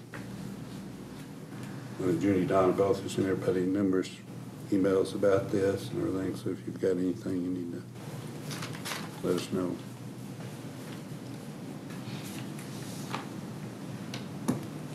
Item 15. James will be, he has a PowerPoint. It's similar to the one he presented at an earlier workshop. But he has looked at some of the issues that were raised during that workshop, and he is supplying some additional information related to those issues that were brought up. And see, I thought we were going to have another workshop on it. I thought we'd asked you to have another workshop at the last meeting. That wasn't my interpretation, but certainly we could do it that way. I think we got plenty of time. I think Neil had a lot of questions. I get it. Took me a minute. I think we got all the time we need on this one. I think Neil had several questions on it that we had to cut it short last time. We're fixing to cut it short here. We're barely going to get through. I think Neil had several questions that maybe he didn't get a chance to express. Is that correct? The problem is also that I did sit down with James at a time when I did not have that information with me. Asked him to send me an email to remind me to send it. I could not find that list before I left town. So I did not get it to you in time for this. I have since found that list. So I have that, but not in time to give it to you. So the answer is yes. I would like to, we'll table this and we'll put this on the workshop before the next meeting. You can go ahead and leave this one on there because we've had this to be our second workshop. It's a little bit different. We've had some time to discuss this, but I don't have a problem with tabling it to the next meeting, but I would like to have it on the workshop to get all the questions answered in case the answers to the questions bring up some other discussions. And then proceed on with the vote in that same meeting? Yes, as long as we're okay with it. I mean, if we end up with more questions, we table it again. I'm good. Yeah, like I said, I'm kind of contradicting myself when I say don't put it on the same night, but this is the second time we've had it on the deal. Are you finished with that? Yes, sir. Go ahead. Which one of these items, Donna, had the 20% contingency fee? I'm not for sure I know that issue. One was three. One of these items had a 20% contingency fee. Maybe I can, and my question basically is, I guess that's item 303-05 in the backup material. It's on item 3. I don't think it's this particular item. It's a different item. I'm not sure which item it is. I'm looking at the backup. Yeah, that's the. H03-05. Is that the Freese and Nichols? Freeze and Nichols. Yeah, that's the estimate for the public improvement. Right, and I was just wondering, why is there such I'm not used to seeing a 20% contingency fee. And is there something anticipated that we're not aware of, or? I don't think that, I don't know. I think some of the costs associated with the rail crossing, we're going to widen that rail crossing to accommodate this widening at the intersection. There's some uncertainty on cost estimate there. So I think that made the cost for this contingency a little higher. Typically, you'll see a 15% on these cost estimates. But due to the timing of this project, we have a very expedited design timeframe, more than normal. And so I think consultant put that extra contingency on it, but this is just the cost estimate. They are still, the fee that we're paying them in the PSA is below the normal fee that they could have asked for. Okay. Normally, the fee is 10% or more if you know, on designs. Mm-hmm. So this fee here is just over $100,000, whereas it could have been upwards towards $150,000. So there was a little give and take, basically, I guess is what you're saying. Yeah, I guess you could put it that way, yes, sir. Okay, thank you. Thank you, ma'am. Thank you, Jim. Item 16, now, does it need to be tabled also because of 15, or can you go ahead and do 16 without the 15? What I would suggest, Mayor, is that you delete any items related to the park closet so that we can consider that at a future workshop and meeting. Table 16 also? No, I would pass it, but I would pass it minus anything related to the park closet. I see what you're saying. Okay. I'd be more comfortable doing that because I don't know what Right. concerns I have may entail. Absolutely. Right, that's why I'm just asking.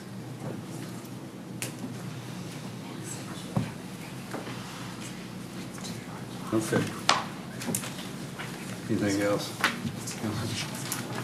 Julie? Liz? Mayor, I just have one issue. We have our attorney from Austin on closed session legal issues related to electoral districts, and I didn't know if you wanted to move that to the beginning of the meeting. Fine, if you feel it's better, we'll just do that. Do we want to do that? We'll do a proclamation. Yeah, do the. We'll do the proclamation, but do you want to do it before the regular hearing and public hearing or after those? You tell me. Yeah, proclamation presentation. I would say before, because the people waiting for the regular hearing and the public hearing have something on consent also. Okay, so go ahead and do it right after presentation. Correct? Okay.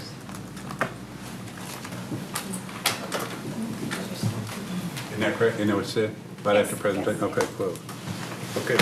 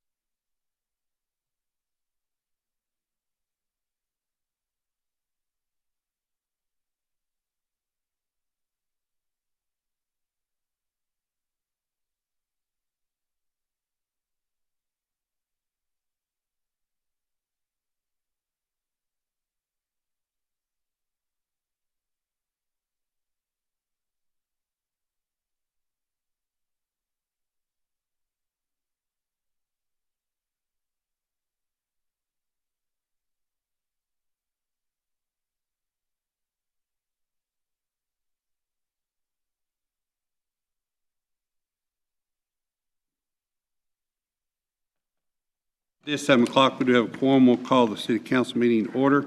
First item on the agenda is the invocation led by Councilman Tierney, and then the pledge to both American and Texas flags led by Councilman Vaughn. Please rise. Join me in a moment of silence.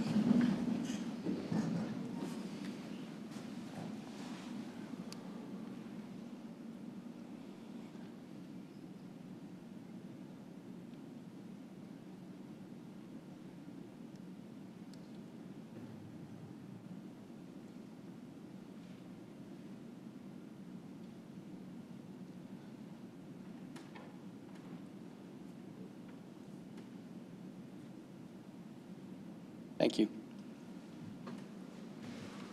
Join me in a pledge to the flag.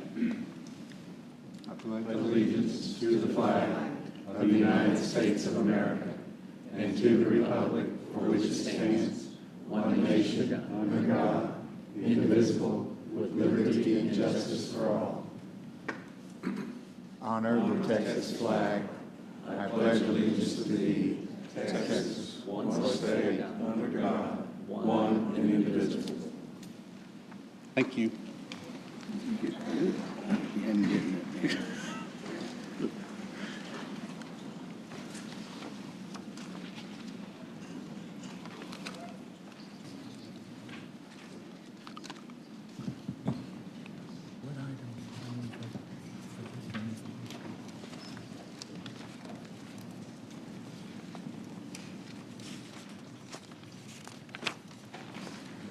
Could ask Martha Canat to please come forward.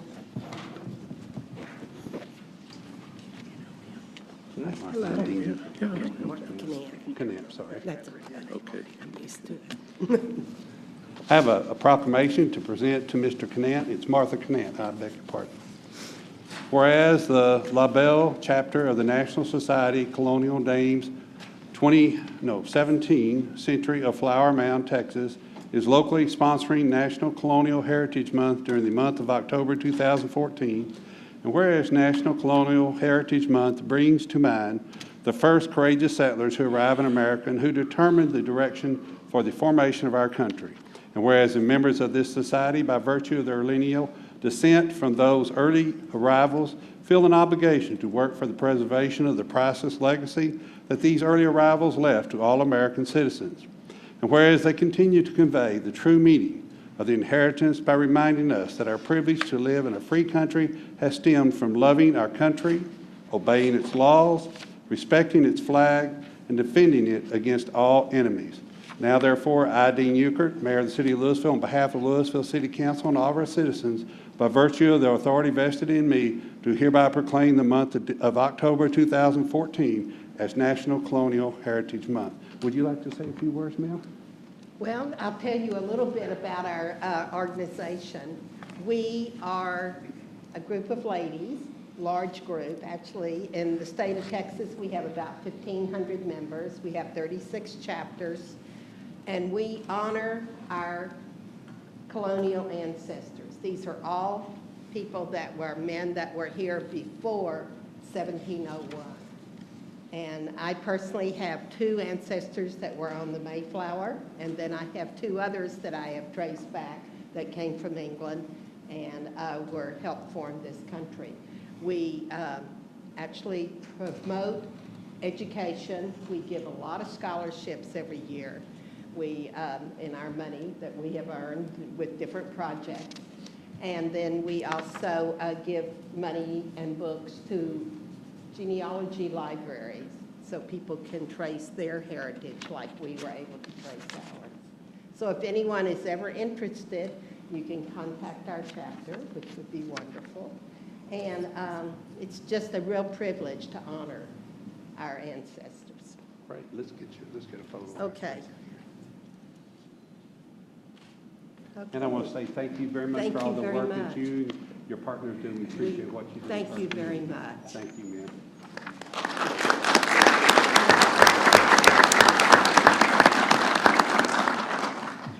And next, we have a very special presentation that we would like to make tonight. Chief Kerbo, if you please come forward with me, sir, and help me out with this. I'd like to ask the chief to come and do this because he's a little bit more hands-on with these exact things, and I think it's good for that his team workers hear it directly from him and know that we all support him, but it's best to come from the chief. Thank you, Mayor. Thank you. Thank you, Mayor and Council. Yes, it's indeed my honor tonight to be able to present a couple of life-saving awards to 2 different employees over 2 different events. Detention Officer John Swinbanks, would you please join me down front? And Officer J.T. Flores.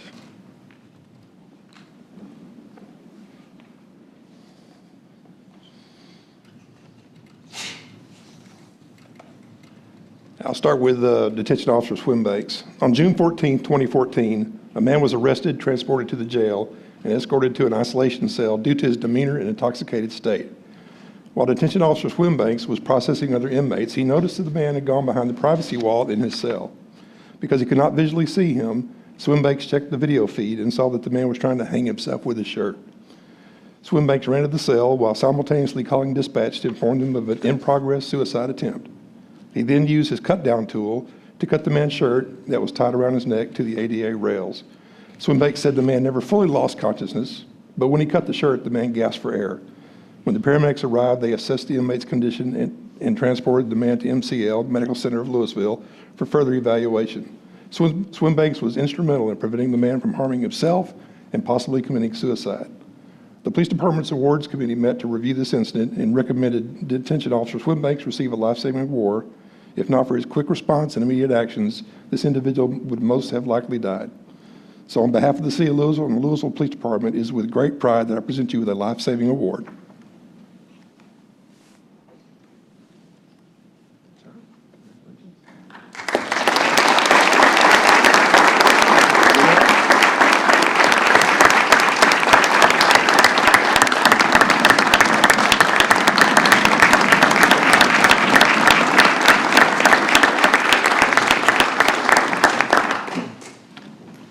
And now, a life-saving award for Officer Jose T. Flores.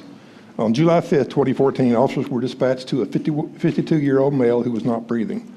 Officer Flores took initiative and responded outside his beat and arrived first on the scene.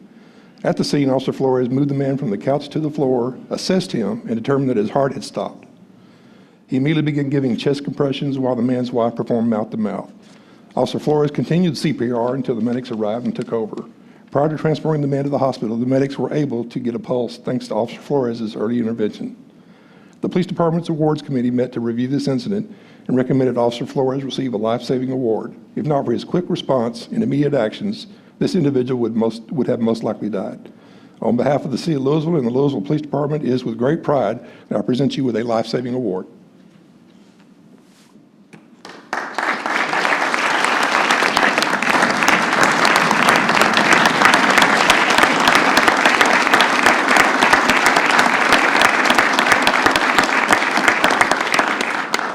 Now, before I let them off the hook and sit down, a lot of this stuff that we do every day is pretty extraordinary work.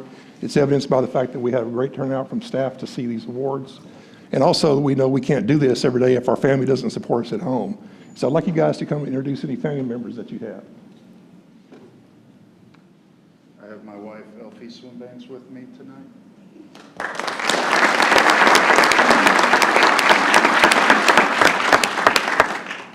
I have my wife, Jessie and Christian.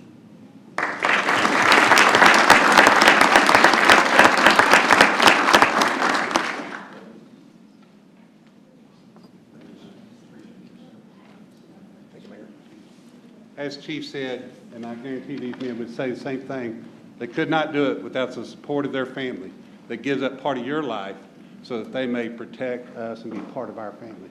And I also want to thank the rest of your cohorts, your team workers that are out there each and every day putting their lives on the line, and we thank you for all that you do each and every day. Thank you all.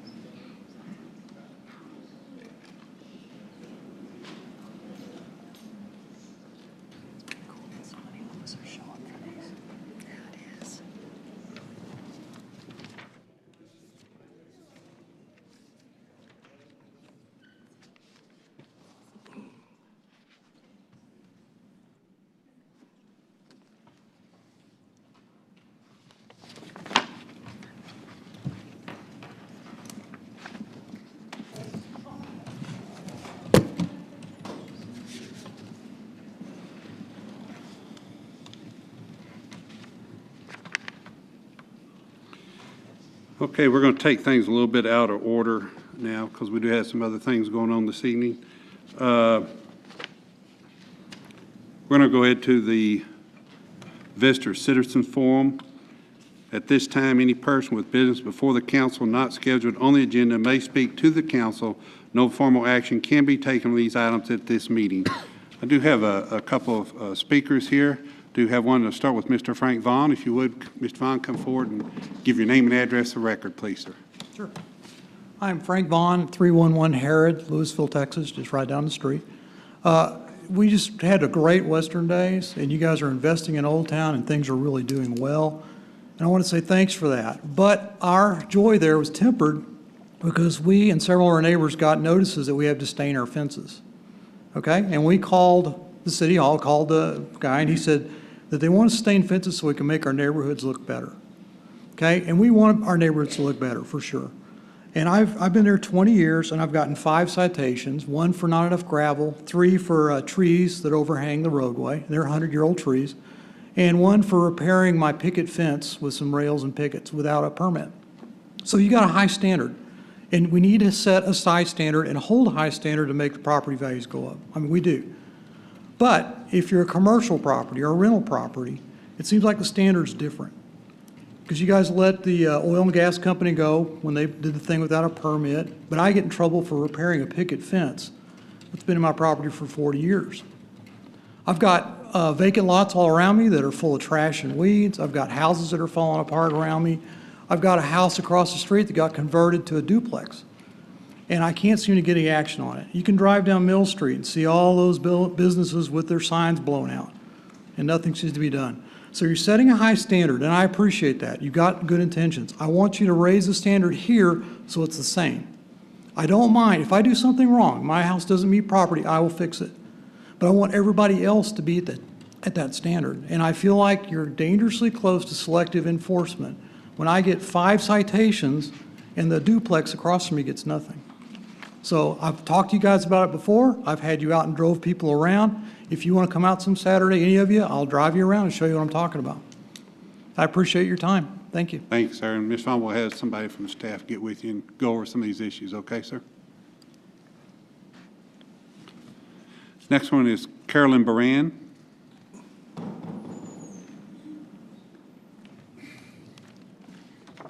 If you would give your name and address for the record, please. Caroline Barron. I live at 308 Highland Lake in Highland Village. I'm a property owner in Old Town. I own the bridal boutique on Main Street. I've been here for 25 years. I'm here tonight because of the park problem that we're having behind us. I know that everybody knows that it's been a problem, but I don't know if y'all know what we've been going through down here as business owners. My store backs up to the park, and so far since the park started on December 26th, when they put a fence in front of my business that stayed there 6 months, I believe, longer than it was supposed to. They have torn a hole in my brand-new awning. They've knocked a hole in the back of my building.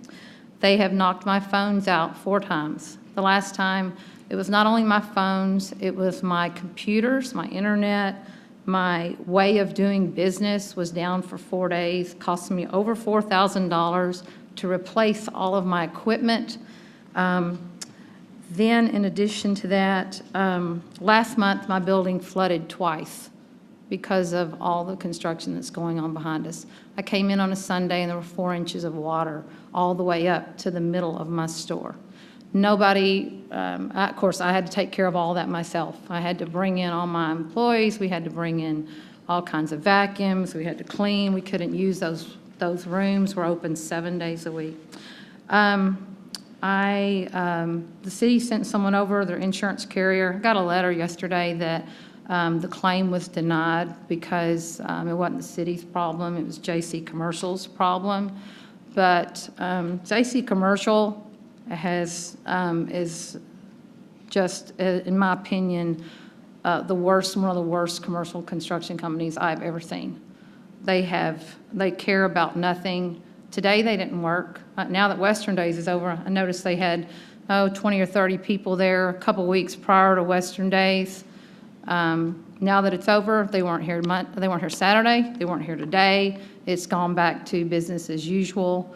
4 Western Days, which turned out wonderful. I had a great time. The city brought in rolls of grass that cost no telling how much money. It's sitting out there burning up right now, not being watered. I don't know who's paying for that, but I'm sure it's taxpayers. I've invested heavily in Old Town. I own 5 buildings down here. My husband and I take care of those buildings. We keep them looking as good as we can keep them looking. We spend thousands, hundreds of thousands of dollars on our buildings trying to keep them up. There are people down here that have buildings they've not even looked at in 5 years. I have no parking, 0 parking. The buildings that I own have a bench out in front of them that 2 people that work down the street sit and smoke on 4 or 5 times a day, and other than that, those benches are neglected. I could have probably 10 to 12 parking spaces in front of my business. I have none. I know that also, I've asked over and over, and I've given my opinion on parking. We were supposed to have a double-decker spot when the funeral home was torn down, but of course that changed. And I think we need to address a parking issue down here. Nobody seems to, we're told, well, we created some parking spots along in front of City Hall, but if you're a bride and you have your grandmother and your mom with you, and you're carrying out a dress that weighs 10 pounds and it's 100 degrees outside, they don't want to carry their dress across a park or across anything. They should be able to park close enough to a business. Today I had a person who came in for an interview. She had to circle the block twice to get a parking spot. We have 2-hour signs that were put up that are a huge joke. Their 2-hour parking is not enforced. We still have people that own businesses down there that park out front every day. It's just a problem. I'm so fed up with it. I collect over $250,000 a year in sales tax. I pay about $30,000, $40,000 in property tax. I've had to build my own parking lot because I don't have any parking. I've spent $65,000 on a parking lot behind my new building. Now y'all are throwing money at 3 new restaurants. I don't know where they're gonna park. They don't have anywhere to park. You're throwing money at new restaurants and you're not taking care of the businesses that support Lewisville. And I'm not the only one, but I just want y'all to know that I'm just getting to the point of, I'm just so disappointed and so fed up with it all. And everybody here needs to know what's going on down here. Okay. I know that y'all aren't down here in Old Town when business on Saturday, there's nowhere to park, there's nowhere people leave. It needs to be addressed. Thank you very much. Mm-hmm. Next, we're going to go to item number 8.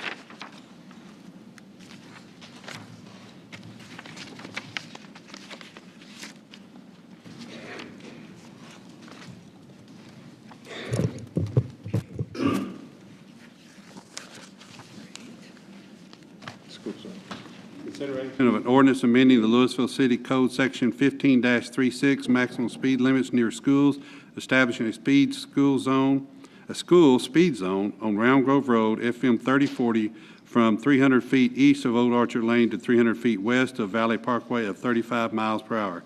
Staff received a request from concerned parents and students attending the Harmon 9th and 10th grade school campus on Duncan Lane at Round Grove Road, asking to establish a school zone on Round Grove Road. Staff has confirmed the presence of students crossing FM 3040 mid-block outside of the protected crosswalks. TxDOT was consulted regarding the possible options for the proposed school speed zone. TxDOT has provided approval for a school zone to be established with the extent as described above. The Transportation Board considered this item during the June 17, 2014 meeting and voted 4-3 to recommend establishing a school zone on Round Grove Road. Recommendation staff is that council adopt the ordinance establishing the school speed zone on Round Grove Road as set forth in the above caption. Do have the presentation on this item. We're going to have Mr. Solomon give that. Yes, sir. Okay, Mr. Solomon. Good evening, Mayor and Council. Staff was originally approached by some residents in the area who have children that attend the Harmon campus with regard to establishing a school zone on FM 3040 because of the 50-mile-an-hour school zone. A couple of years ago, we were approached as well, and at that time, We worked with the school district to build some sidewalks and upgrade the crossings at both Duncan Lane and Valley Parkway. The latest request was more with regard to students that still cross mid-block in spite of the improved sidewalks and crossings. To make a long story short, we took the item to the Transportation Board and presented them with 3 different options. One option was to simply provide school zones, near the intersections. Another option was to have a school zone that would cover not only the intersections but everything in between. And then there was sort of an interim or a middle option, I'll call it, that basically provided a school zone in front of the actual school site, but did not extend all the way to Valley Parkway. The Transportation Board recommended, with a vote of 4-3, the longer school zone that included both the intersections at Valley Parkway and Duncan Lane.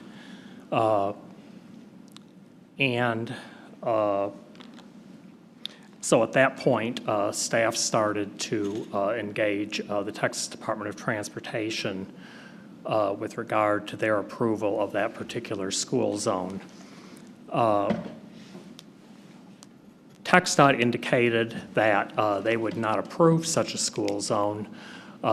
They felt that the protected crosswalks at the intersections were actually a better form of protection than the reduced speed limit would be. So after a couple of different meetings with the Texas Department of Transportation, what we finally ended up with, given the fact that we do have evidence of students crossing mid-block, is a school zone that excludes the 2 intersections, but only covers the area in between the intersections. And that way, the students that cross at the intersections have the protection of the pedestrian signals. For those students that, for whatever reason, choose to cross mid-block, they will be protected by the lower speed limit, 35 miles an hour, as opposed to the 50-mile-an-hour speed limit. So this has been somewhat of an iterative process, and I'll be glad to answer any questions you might have. Did council have any questions? No, sir. No, sir. Thank you, Mr. Solomon. I do have one. We do have one. I'm sorry, Mr. Solomon. So it never crossed my mind before, but I'll ask you now, with the possibility that we'll implement this, has any thought been given to actually creating a mid-block crosswalk? And I assume that would have to go back to TxDOT? That's correct. That would require TxDOT approval. And to be honest with you, I'm not sure that if we created a mid-block crosswalk, in order for it to really be effective, it would have to be signalized. Okay. At a mid-block crosswalk, even at 35 miles per hour, I think would be extremely dangerous, because that is a 6-lane boulevard, if I remember correctly, isn't it? Correct. It's a 6-lane boulevard, and even during the school zone times, you'll have a 35-mile-an-hour speed limit. It would not be safe to have a crosswalk located mid-block without pedestrian signals. At the same time, though, what we are potentially creating is an endorsed jaywalking zone. Well, it's somewhat of a chicken and egg situation. The fact of the matter is, we've provided the sidewalks and the signalized crossings at each end of the block. There's a number of students that don't use those, again, for whatever reason. They choose to cross mid-block. And it's one of those situations that it exists, the school's there. short of somehow physically stopping students from crossing the street mid-block, there's no other way to protect them. And we also looked at trying to do a similar situation for LHS main campus on Main Street, and the state rejected that. Yeah. When we took this item to the Transportation Board, staff felt that this was a very similar situation to the one that we have on Main Street in front of Lewisville High School. Again, you've got two protected crossings. The main difference with Lewisville High School on Main Street is that the two protected crossings are relatively close to one another. So by the time you excluded the two crossings, the school zone would have been extremely short in between. And frankly, we haven't seen any evidence of students crossing mid-block at that location simply because the two signalized crossings are so close together at that location. But in either circumstance, these are state roads and they are controlled by the state, and we can't do anything without their authorization.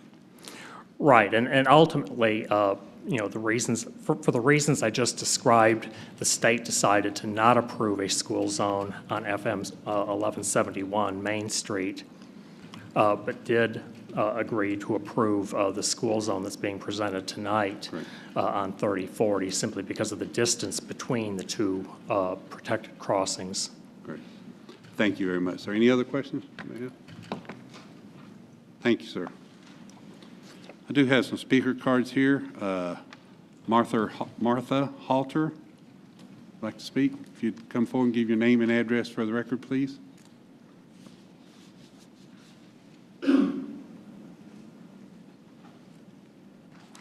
My name is Martha Halter. I live at 2093 Cameo Drive in Lewisville. And I am the parent that called 3 years ago, and again 2 years ago, and a year ago. I called before my son was going to Harmon. I called while my son was at Harmon. I called after my son left Harmon. If you've been down 3040, those cars are flying by. And I see kids crossing all the time. Do I think they should cross there? No. But an accident is going to happen at some point. Do I think a protected crosswalk is the best? I would beg to differ with TxDOT, and my experience was that actually the day after the informational meeting with the city, I was at a protected crosswalk at Valley and Corporate. I pressed the button, got the little walkie guy. I went to go, a car turned right in front of me because he wasn't looking. But at least with the school zone between the two crosswalks, I feel like at least people will be aware that we have kids walking. They're not paying attention. They're going to work. The sun is in their eyes in the morning. They're drinking coffee. They're doing whatever. They're on their cell phones. At least if we have a school zone, our kids are protected. I know Mr. Durham has stated that he will unequivocally vote against it, and I wish that you would reconsider. These are my children walking to school. They may not be yours, but they are mine. I do not have one there now, but I will have one again in 2 years. They walk home every single day. And these are our kids. This is my community. Please protect our kids. 35 miles an hour is not going to delay anybody for very long. We do have a friend who in February of this past year, her daughter went across the street, was hit by a car going 40 miles an hour. Maria Zielinski was thrown 42 feet by this car. She left the hospital days later, amazingly alive, with 16 separate injuries. Her medical bills as of June were over $200,000. She was out of school for 4 years. That was being hit at 40 miles per hour. These cars are going 50. I just cannot understand why anybody would vote against a school zone to keep these kids safe. They're teenagers. Sometimes they make bad decisions. I've had 3 of them. They're teenagers. But it's our job to keep them safe and to teach them the rules while they're at it. So please vote for it. Thank you, ma'am. Next one is Tammy Kaye. If you would give your name and address for the record, please.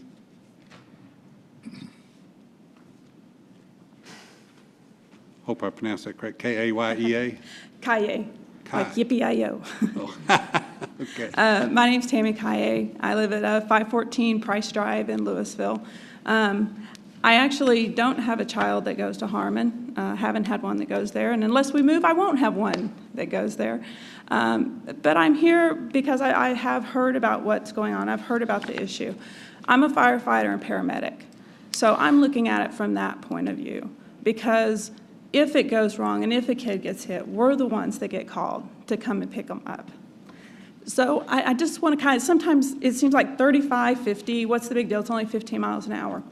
But the problem is when that speed limit's 50, only about 25% of the people go 50. About 50% of them go 55, and the other ones go 60, you know. We all want to drive fast, and I'm with you. I like to drive fast. Some of the Louisville police officers can probably testify that I like to drive fast. That's why I have a vehicle with lights and sirens. I like it. But the problem is there's a big difference between 60, that 55, 60, which most people are actually driving on Round Grove, versus that 35 when it comes into contact with a human body. And I can tell you from personal experience, because I've picked them up at all different speeds, and it makes a big difference. I spent the last couple weeks, actually, I was privileged to go up to the National Fire Academy in Maryland, and we spent a lot of that 2 weeks doing risk assessment and risk analysis. And to me, this one's kind of easy. It doesn't really cost a lot to put a speed zone there, but you get a huge benefit. And I mean, I'm with you. I understand they shouldn't be crossing in the middle of the block. I get that, and I get it's stupid, you know? Now, of course, my dad always did teach me as a firefighter, stupid people are job security, but nevertheless, you can't stop it. They're going to do it. They're kids. It's like she said, they're teenagers. But even if that's not true, I've picked up plenty of adults who've tried to cross Central and Stemmons. I work for Dallas. Sorry, not Louisville. These are adults who should know better, and yet they do it. So we can't expect these teenagers to always have good, clear thoughts. They're going to do it. We need to take a step to try to protect them. I was very pleased to see the commendation that y'all gave earlier to the detention officer. And that was someone who was trying to keep somebody from hurting themselves. And I think that's a lot of what we're trying to do here. We're trying to keep these kids from hurting themselves. We understand what they shouldn't be doing, but they are. You know, he said they have the data to show that they're crossing mid-block. And just remember, when a kid gets hit, it's not even just them. My son was walking with his friend in the school walk by the school, and when he was very young, and his friend got hit, and they were in a crossing walk with a crossing guard, but someone wasn't paying attention and hit him. And the effect that it had on him and the other students who witnessed it, the effect that it has on drivers when they hit him, the effect that it has on us when we have to pick these kids up. I'm sure the chief here can tell you, it's hard on us to have to pick them up. And then once we get them off the road, we have to clean up the blood afterwards. So I'm trying to get you to understand this is real. It's not just an argument on a piece of paper or a map that's on a projector. These are real kids, and I've been there to see the real consequence. So I'm just asking you, as my chief always says, I don't have a dog in the fight, but I've been there enough to see what happens when these kids get hit. And I've been there enough to know that they're gonna do it regardless. So I am in support of this and hope that you'll support this action too. Thank you. Mr. Brent Daniels? If you will, give your name and address for the record, please. Brent Daniels, 2063 Kamler Road in Louisville, and I'm speaking tonight as a citizen. I've been at that house for over 25 years, and it's just a quarter of a mile away, so I'm very familiar with this intersection. I also own a business that's at that intersection, so I kind of have a ringside seat. My drive-through looks out at what I call the McDonald's crosswalk, and it'd be great to think that the kids aren't going to cross there, but they do. And I see it, and if we still had the map up there, the reason is they can shave 200-300, yards off of their walk by cutting through McDonald's, behind my building, and the Hit Valley Parkway. And it's the nature of the beast. They can save, a few minutes on their walk. They're going to do it. So it would be nice to think they don't, but I can tell you this. Here's the facts, and I think I sent just about everybody on the council these earlier. And there's 3 different studies that I showed you, and there's one from the National Highway Transportation Safety Administration. The biggest thing I can see is this right here. The study that they did, speed limits posted 35 mile an hour, fatalities were 4.1%. Speed limits posted 50 miles an hour or more, 22.2%. There is a over five times greater risk of a fatality, 50 versus 35 miles an hour. And it's as simple as that. And I know you said that we're endorsing it.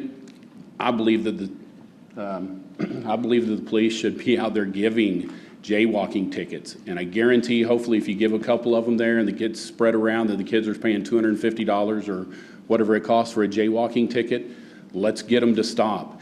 But they're doing it in large numbers, they're doing it daily.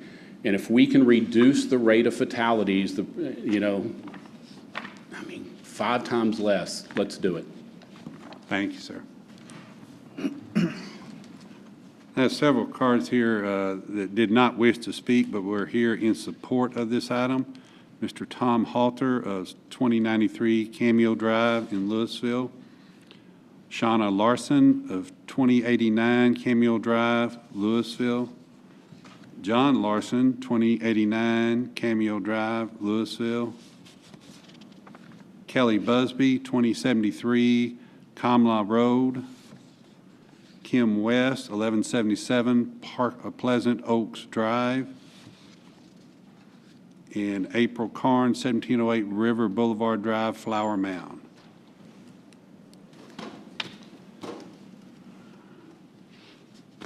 Councilman Ferguson, I'll start with you, sir.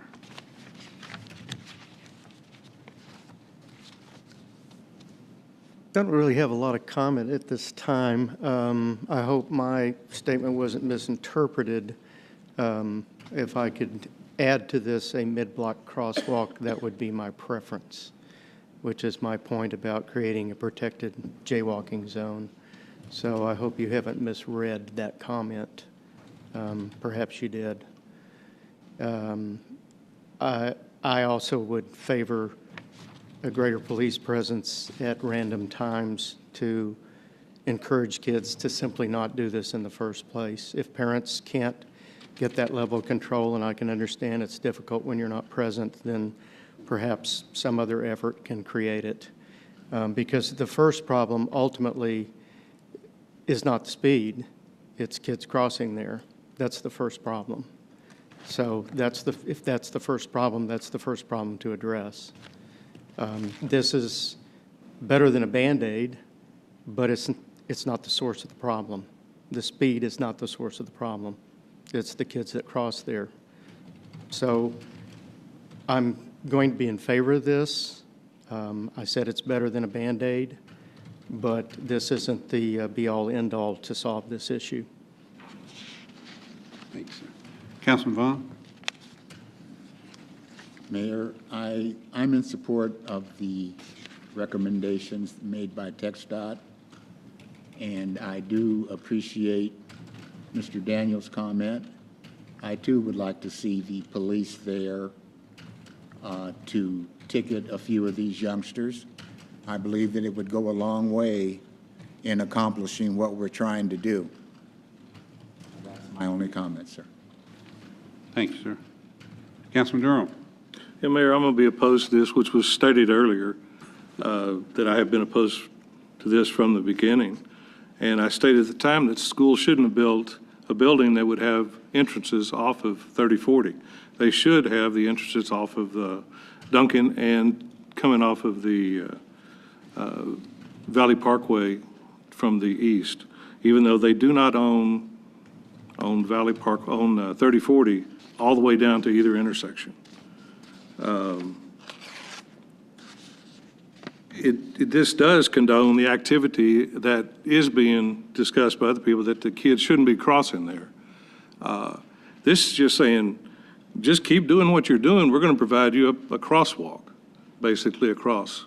And we've seen these pictures before of kids that are particularly the ones that walk in groups and just take off walking across and do not even look at the traffic. And this is middle school kids, this is high school kids, and it's happened on Garden Ridge, it happens on Valley Parkway, it happens on 3040.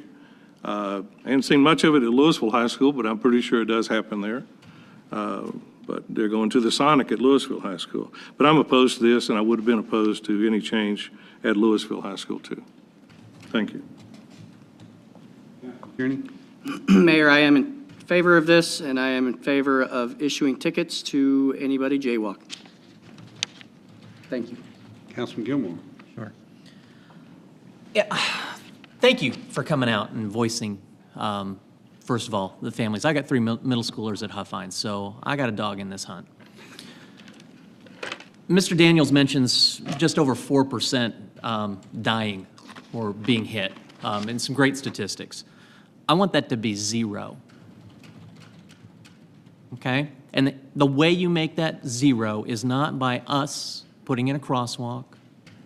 It's not by our police sitting out there and threatening with a big stick. It is by every one of you with kids hammering them. It is by that school administration punishing them for walking across the street. They got cameras all over that parking lot. They know exactly who's coming back and forth across there. And quite frankly, I'm mad that I got to deal with this.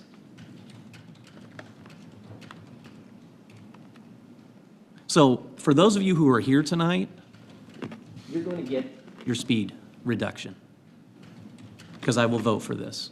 But if you stop tonight and you don't go over and talk to that school district and you don't have parents who sit on that campus and reach those kids up by their collars and take them back and walk across a crosswalk like I was taught, if you're not doing that, shame on you. Because that's the only way they're going to learn. Because we still will have 4.1% if that doesn't happen. That's all I got to say, Mayor. I'd just like to add that Councilman Durham's point that the school was not supposed to face 3040 is true and valid. When the school, and Mr. Backus, Mr. Ferris, if you'll correct me if I'm wrong, but when the first school district brought those set of prints to us and the plat and everything, the school actually did not face 3040, the front of the building.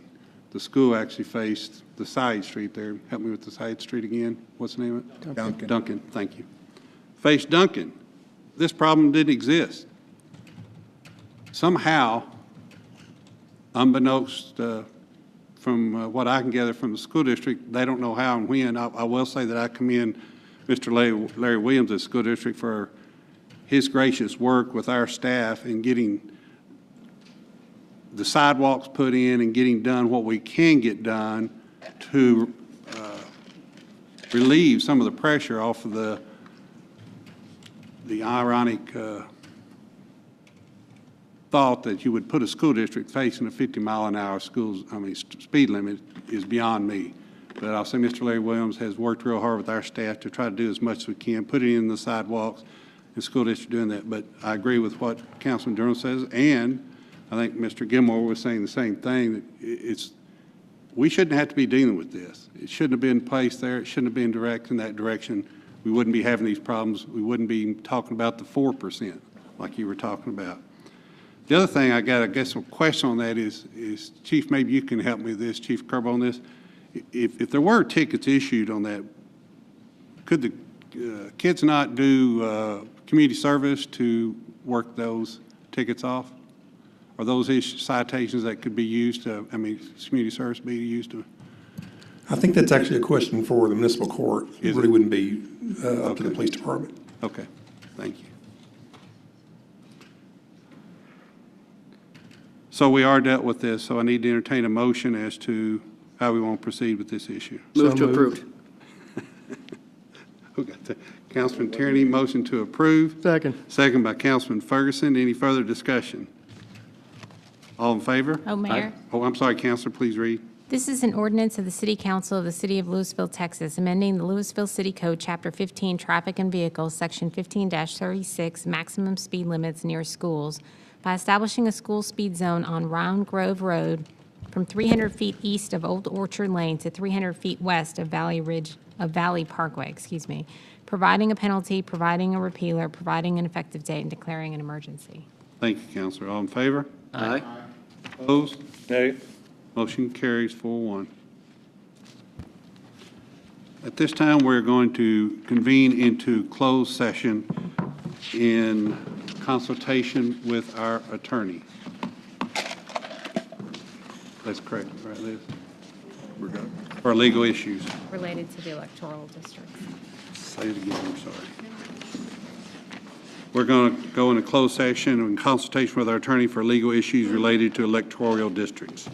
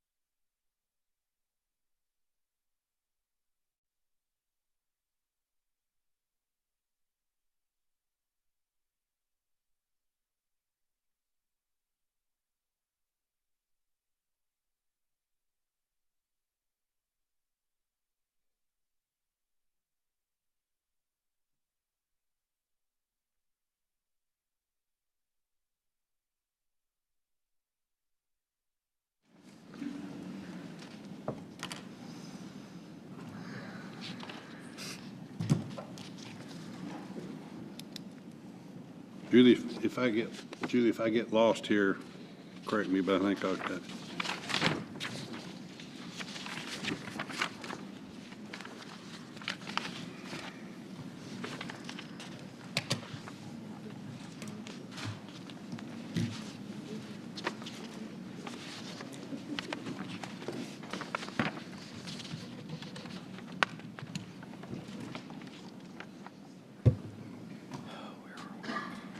We're going to E as soon as Rudy gets back.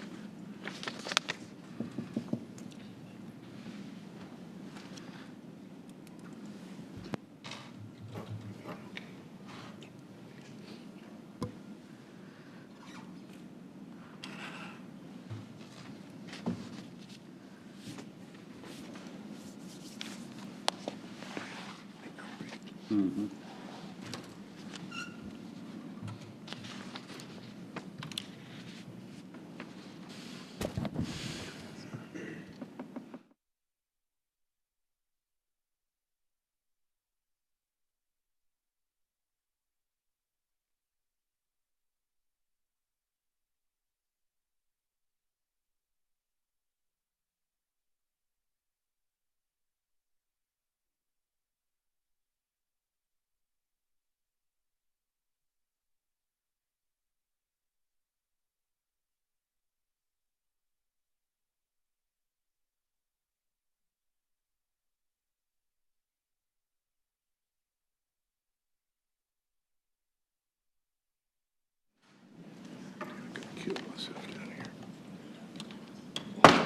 Convene back into regular session, and we will start off with item E, regular hearing, consideration of an ordinance annexing a 156.097 acre tract generally located south of State Highway 121, north of Parker Road along Josie Lane, east of Crider Road, and west of Plano Parkway at the request of the landowners, Liberty Bankers Life Insurance Company and Graham Mortgage Corporation, and approving a service plan.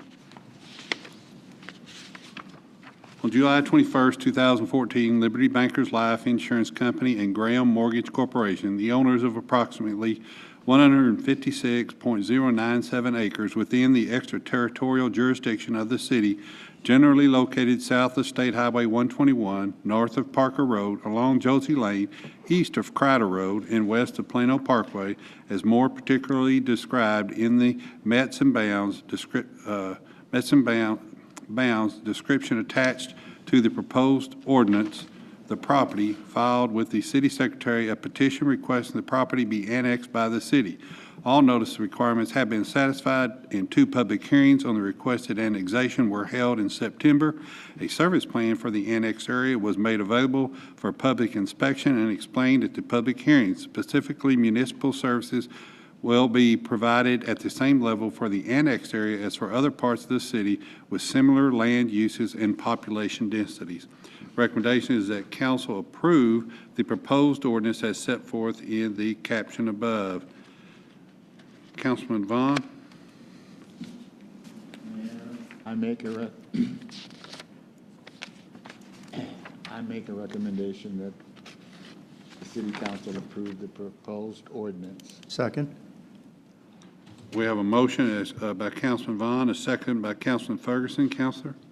This is an ordinance of the City Council of the City of Lewisville, Texas, annexing adjacent and contiguous territory to the City of Lewisville, Texas, finding that all necessary and required legal conditions have been satisfied, providing that such area shall become a part of the city, and that the owners and inhabitants thereof shall be entitled to the rights and privileges of other citizens and be bound by the acts and ordinances now in effect and to be hereinafter adopted, approving a service plan, providing a severability clause, providing an effective date, and declaring an emergency.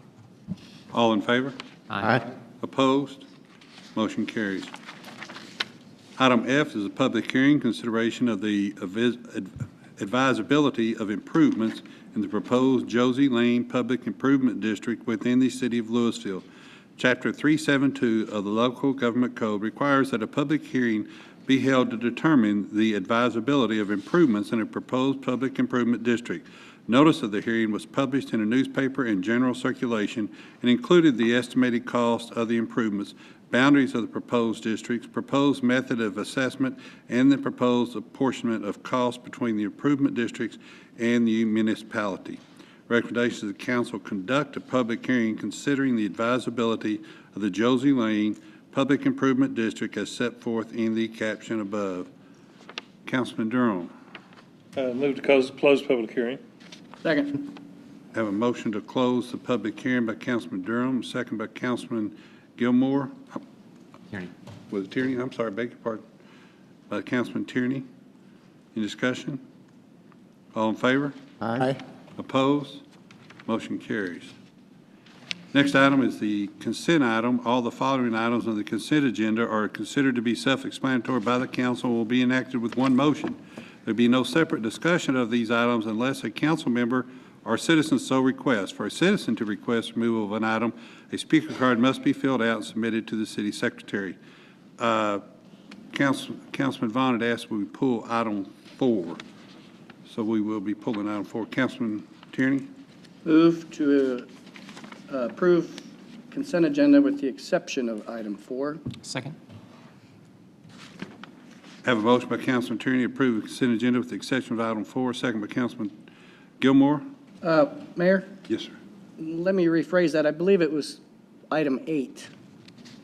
Am I mistaken that Councilman Vaughn wanted pulled? I got 4. Item 8 is on the, we've already done item 8. All right, don't mind me. That's okay. I recant what I just said. That's all right. So your motion is still to approve the consent agenda with the exception of item 4, correct? Sure. Okay, we had a second by Councilman Gilmore. Yes, sir. All in favor? Aye. Opposed? Motion carries. Item 4 is approval of a tree license agreements allowing encroachment across the Dallas area rapid transit right-of-way for proposed utility line extensions located north of FM 407 and south of Garden Ridge Boulevard associated with the I-35 Managed Lanes project and authorization for the city manager to execute the agreements on behalf of the city. I-35 East within the subject limits is being expanded through a design-build contract between TxDOT and AGL contractors. Phase 1, also known as the Managed Lane projects, will add 2 reversible managed lanes within the I-35E corridor while maintaining the existing number of general purpose and service road lanes.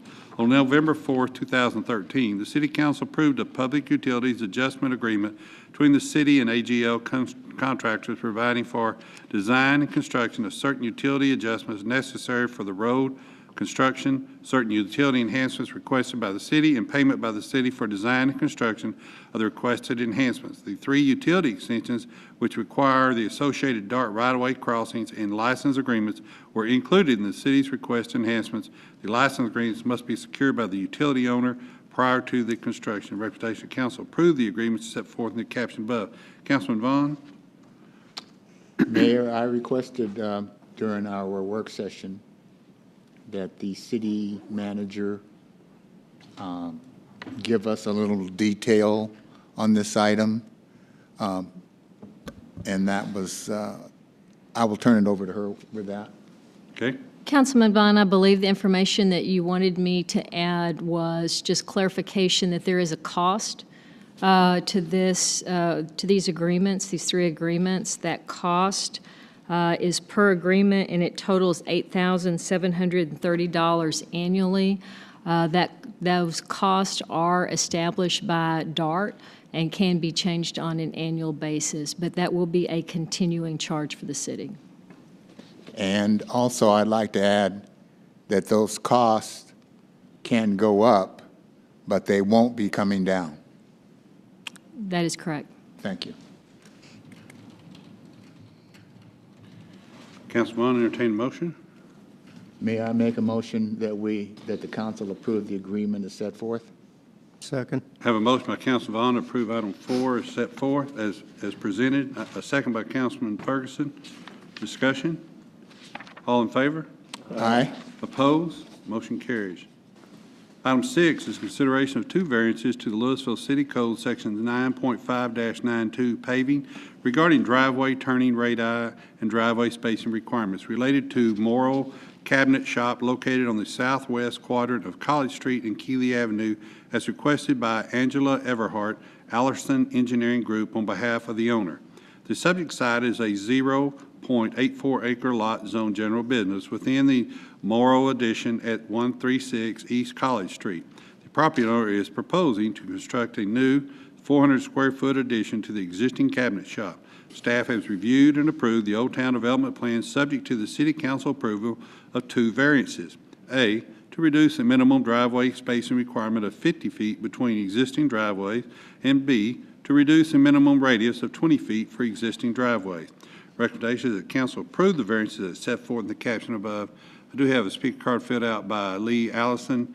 Does not wish to speak, but is here to answer any questions if you might have. Councilman Durham. I don't have any questions on this, and nobody else does. I move to approve as presented. Second. A motion by Councilman Durham, a second by Councilman Vaughn. Any discussion? All in favor? Aye. Opposed? Motion carries. There is no action required on item 7. We've done item 8, so we'll go to item 9, consideration of an ordinance adopting the judge and alternate judges of the Municipal Court of Record Number 1 in the City of Louisville, Chapter 30 of the Texas Government Code relating to municipal courts of record. The Vice Municipal Judge shall be appointed by ordinance. Currently, Brian Hoban serves as presiding judge, Holly Fox, Christine Primrose, and Robin Ramsey serve as alternate judges of Municipal Court Record Number 1 in the City of Louisville. Councilman Gilmore. Move to approve as written. Have a motion to approve as presented. Second. Second by Councilman Ferguson. Any discussion? Counselor? This is an ordinance of the City Council of the City of Louisville, Texas, appointing the judge and alternate judges of the Municipal Court of Record Number 1 in the City of Louisville for a 2-year term, providing severability clause, providing an effective date, and declaring an emergency. All in favor? Aye. Opposed? Motion carries. Second and final reading, consideration of an ordinance granting CoServe Gas Ltd. DBA CoServe Gas, a Texas limited partnership, successor assigns a franchise to furnish and supply gas to the general public in the city of Louisville, Denton, and Dallas counties, Texas, for the transportation, delivery, sale, and distribution of gas in, out of, and through said city for all purposes. CoServe Gas requested a franchise agreement to continue operation and supply of natural gas in the city of Louisville. The term of the new agreement is through December 31st, 2019, with an automatic renewal for 2 additional periods of 5 years with the franchise fee of 5% of gross receipts per charter. The second reading of the ordinance will be conducted at the City Council meeting on October 6, 2014, with the effective date of the ordinance beginning on or before December 5th, 2014. Item 11. Oh, Mayor, may I read it? Yes, I'm sorry. Beg your pardon, Counselor. I'm sorry. This is an ordinance of the City of Louisville, Texas, granting to CoServe Gas Limited, DBA CoServe Gas, a franchise to furnish and supply gas to the general public in the City of Louisville, Denton, and Dallas counties, Texas, for the transporting, delivery, sale, and distribution of gas in and out of and through said municipality for all purposes, providing for the payment of a fee or charge for the use of the streets, alleys, and public ways, providing a severability clause, a penalty clause, and an effective date. Thank you, Counselor. Item 11, consideration of an ordinance amending the Louisville City Code, Chapter 10, Article 3, Section 10-71, possession of alcoholic beverages in city park. Louisville City Code, Chapter 10, Article 3, Section 10-71 prohibits the possession of alcoholic beverages in city parks. There are 3 permitted defenses, one of which is approval through a resolution of City Council. This ordinance is being changed to replace the word resolution with the word action. Recommendation council approve the ordinance amending Louisville City Code, Chapter 10, Article 3, Section 1071, possession of alcoholic beverages in city park. Councilman Gilmore. Move to approve as written. Have a motion by Councilman Gilmore to approve. Second. Second by Councilman Durham. Any discussion? Counselor.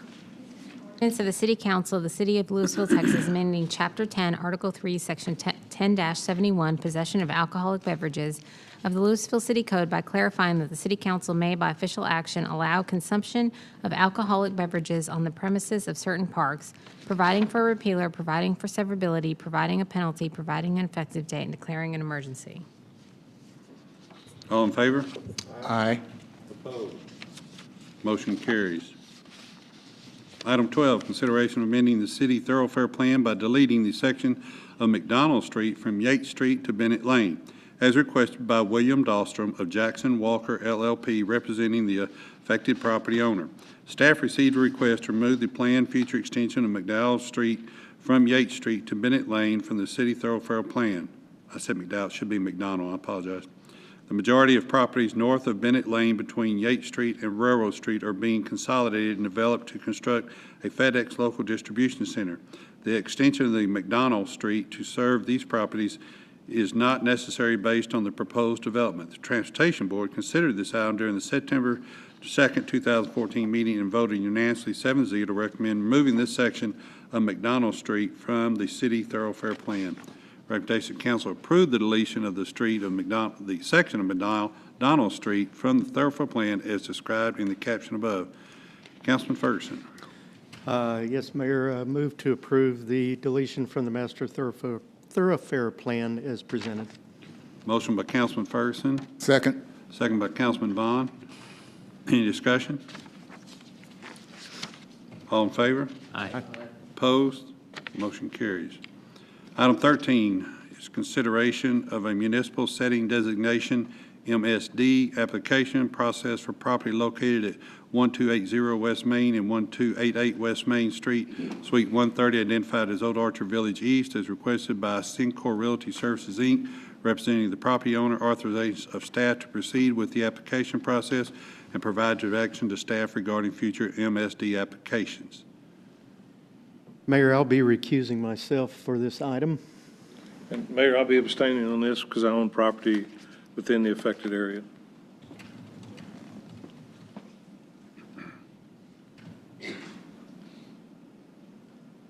The subject property is currently being redeveloped, and the property owner is seeking a municipal setting designation from the Texas Commission on Environmental Quality to address concerns regarding groundwater contaminants that have been identified on the property. State law provides for MSDs as an alternative to addressing groundwater contamination on certain properties and limits investigation and remediation requirements related to such contamination when the groundwater is not used and will not be used in the future for potable water.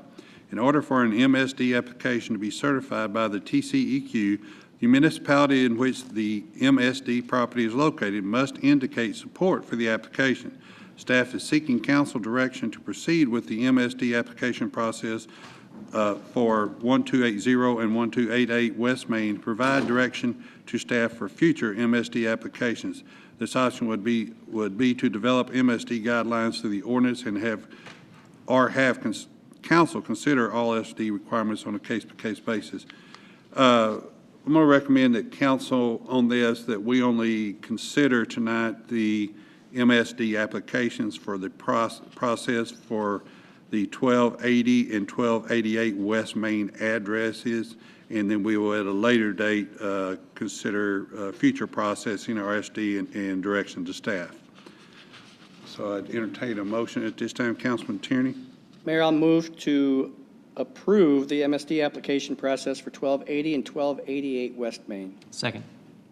We have a motion by Councilman Tierney, a second by Councilman Gilmore. Any discussion? All in favor? Aye. Opposed? Nay. Is this, Does not pass. doesn't pass. Does not pass. Motion fails. Entertain another motion.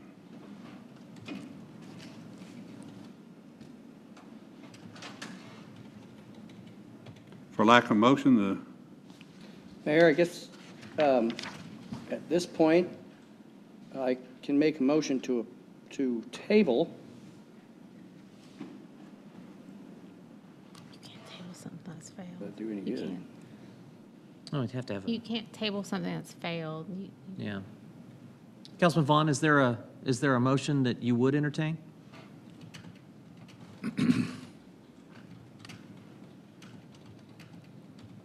At this point, I don't really feel as though I really have enough information to approve this. And I also have secondary concerns. And with the water situation the way that it is, I don't really see putting any potential sources out of commission is my primary objection to this. Now, any motion that I would accept, I can't think of one. Unless you have one to offer. I guess my question comes to the, the water source is specifically for this location, so it's not like we're removing groundwater from the entire city. In fact, this groundwater would not be potable regardless. I understand that, but it has to do primarily with redevelopment. And if there was not business currently going on there, there's a possibility that I may feel differently. But I think that as was presented to us, there are steps that can be taken to clear this up. The issue was that it would take longer to do that.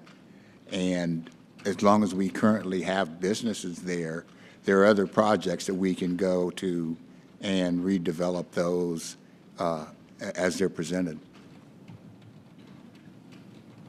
So my impression was that this developer would like to continue and add more development to this area. You're okay with risking having that additional development not be available or not be pursued?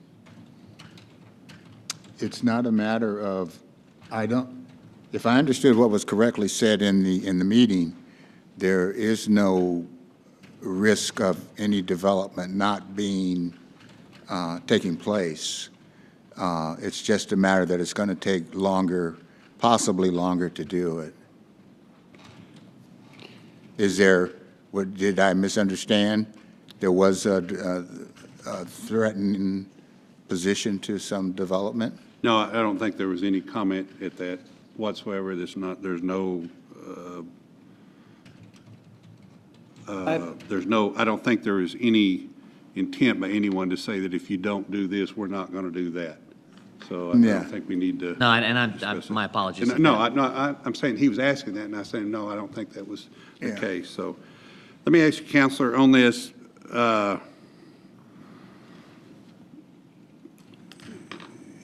This could be brought back to council, even though it's failed. The applicant could bring it back to council at a later date. Is that correct? Right, or the person who voted against it could put it on the next agenda as a motion to reconsider. Okay.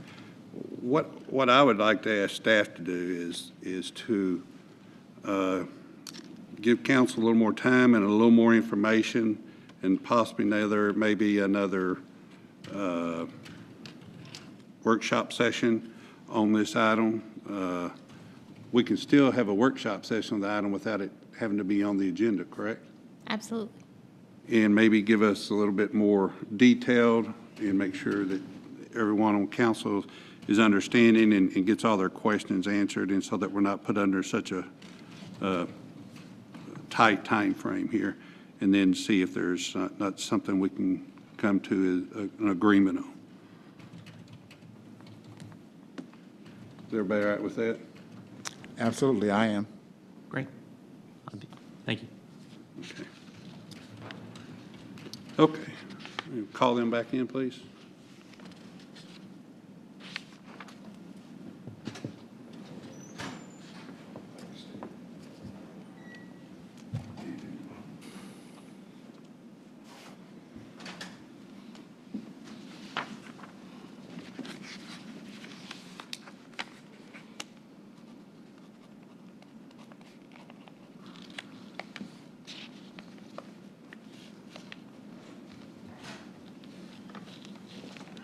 Item 14 is consideration of appointment of Blue Ribbon Capital Planning Vision 2025 Advisory Board.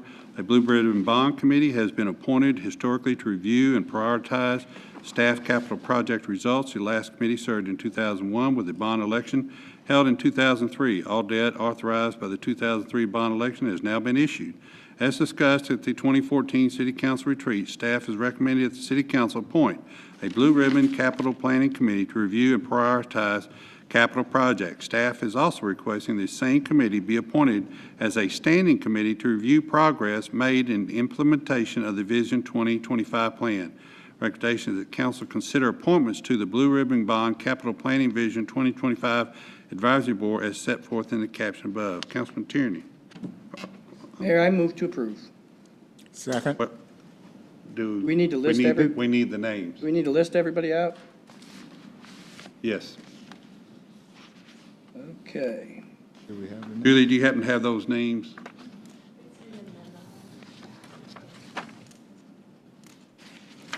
I have them. You want me to read them? If you take them down to Councilman Tierney, maybe he can Well, I have them online.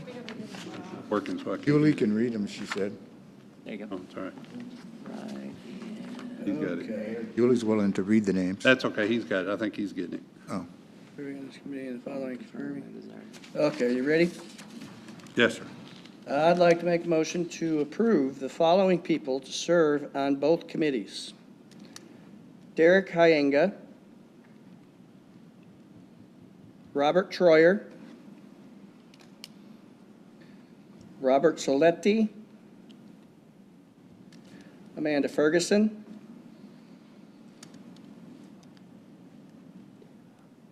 Tana Labui, Kristen Green, Toya Gant, Karen Locke, Ray Hernandez. Stop. Period. Second. Have a motion by Councilman Tierney, a second by Councilman Ferguson. Any discussion? All in favor? Aye. Opposed? Motion carries. Item 15 is provide direction to staff about Old Town Park Plaza facility use guidelines and related rental fee schedule. I'd recommend that we table this. Councilman Ferguson? Yes, move to table this until, I need a date, October 20th. Thank you. Have a motion by Councilman Ferguson to table to October 20th. Second. Second by Councilman Gilmore. All in favor? Aye. Opposed?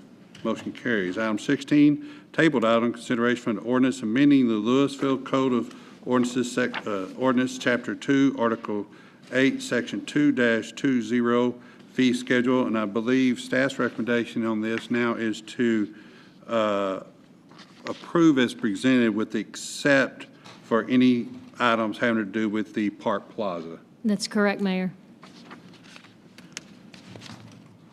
Councilman Vaughn? Mayor, I make a motion that we approve the item as stated, minus any reference to the Park Plaza. Second. Have a motion by Councilman Vaughn, a second by Councilman Gilmore. Any discussion? All in favor? Oh, Mayor. No, I'm sorry, Councilman, I beg your pardon, ma'am. Go ahead and read. To the City Council of the City of Lewisville, Texas, amending the Lewisville Code of Ordinances, Chapter 2, Section 2-201, fee schedule with various fees charged by several departments of the city, except for any fees related to the Park Plaza, providing a repealer, providing for severability, providing an effective date, and declaring an emergency. All in favor? Aye. Opposed? Motion carries. And that brings us to reports. I think Yes, Mayor. Actually, I do have something to report tonight. I received a letter last week from the Texas chapter of the American Planning Association that our Vision 2025 has won a state award. The award will be presented to the city at a conference, the American Planning Association conference that is held in Frisco this year on October 17th. Again, this was a statewide award in the comprehensive planning category. The entire council is invited to come to the conference and accept the award. So if you would like, it's at a luncheon ceremony. So if any of the council members would like to attend, we would definitely arrange for the council to be at the ceremony.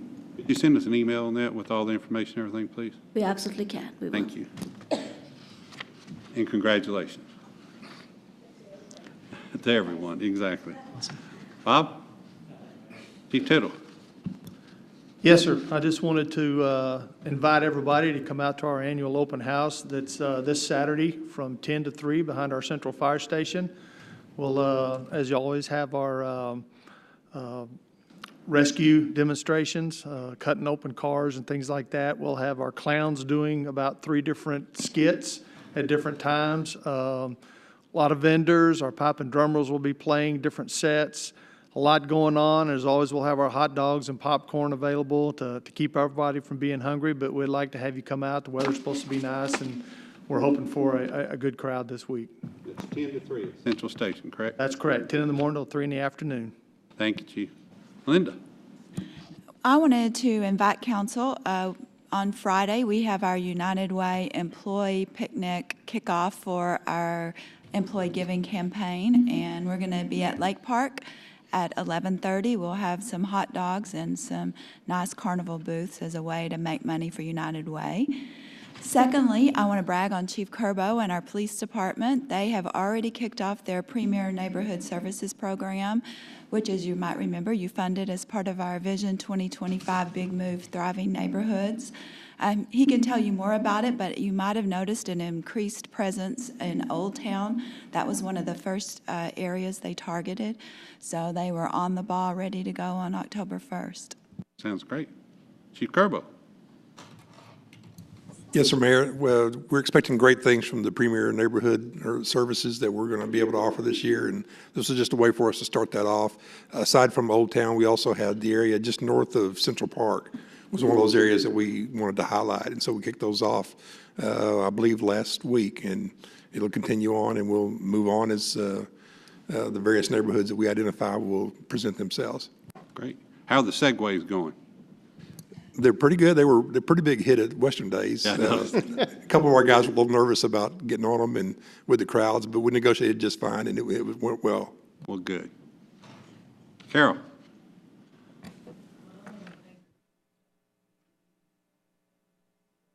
I can't hear her. Oh, hold on, Carol. We can't hear you up there. I'm sorry. I don't know. There you go. There's not much to report in the water arena, if you would, but I would like to let you know that October 1st, we did get started creek cleaning and drainage program, and that way we would hopefully get some things done that you can visibly see. The first thing that we did, we started over on Euchre Lane, Oak Bend between Rockbrook and Euchre, and we actually started that October 1. We took a couple of days there, and we took some before and after pictures, and we're going to have those available. And we're working on a schedule so that we can keep you updated on what we're working on. But we really expect to make a visible difference there, and our guys are excited about it. They kind of like to help keep things clean and moving forward, and we just want to hit the ground running, so we've already got that underway, and we'll be giving you updates from probably every council meeting so we can keep you abreast of what's going on. I think that's awesome, and commend your team members, because I think it is something great that the citizens see, and let them know that we are trying to preserve the natural state, but yet we're trying to clean them up so that they are accessible, more accessible to people and everything like this. So we certainly appreciate it. Plus, I want to tell them thank you for all the street work that's going on around the city right now. I know there's a lot of stuff going on, and we appreciate that too. Yeah, we actually did get started over on Roberts Road. Right. So that should calm down over there a little bit. We got started on that, so.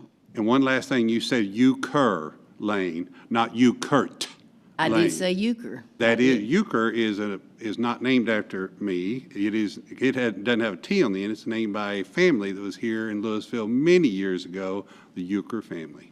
So I just want, before I get phone calls. Mr. Conkey.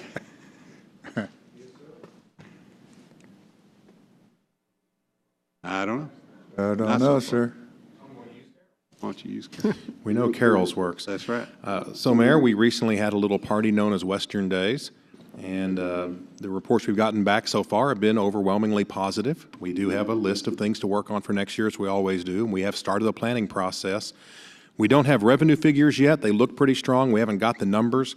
We do have our official attendance count, and it was a record 25,564. Awesome. It's amazing what sunshine can do for an outdoor festival. Well, I want to thank you and all the staff that worked so hard. Actually, I doubt there was anybody in our team here at the city that wasn't involved in one way or another with making this Western Week such a great success. We're getting to be known around the Metroplex, kind of like some of the other neighboring cities are known for their festivals, and it's great to see that, and we appreciate all the work that you do, and I've heard nothing but accolades from our citizens about it, so thank you all very much. Clifford? Nothing? We'll get your microphone that works if you need one now. Okay. Mr. Ferris. Yes, sir. Mayor and Council, you recall a couple meetings past, there were some citizens complaining about the traffic movements of the traffic queuing in Valley Parkway in front of Lily Jackson Learning Center. And we have, is this working? Yes, sir. Williams called me today and apologized that they've had some problems in their bidding process, and the bids came in way out of line, so they're going to be delayed another month until November, until they can get that bid out and start work on that construction for that on-site. This will take all the stacking and the queuing off of Valley Parkway and put most of it on-site. So he said he would follow that up with an email. As soon as I get that, I'll put that in your mailboxes so you can see straight from him what their issues were. Great.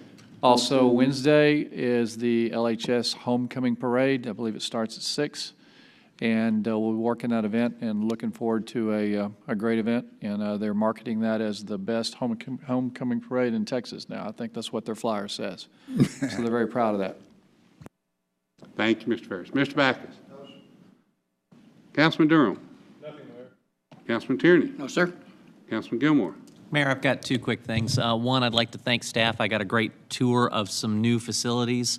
Had a chance to see the build-out as it's going on the Timber Creek lift station, which is an amazing piece of construction that nobody will ever see. It is a huge sewer line project, and the amount of detail that's been going into it and the quality of work, it looks outstanding.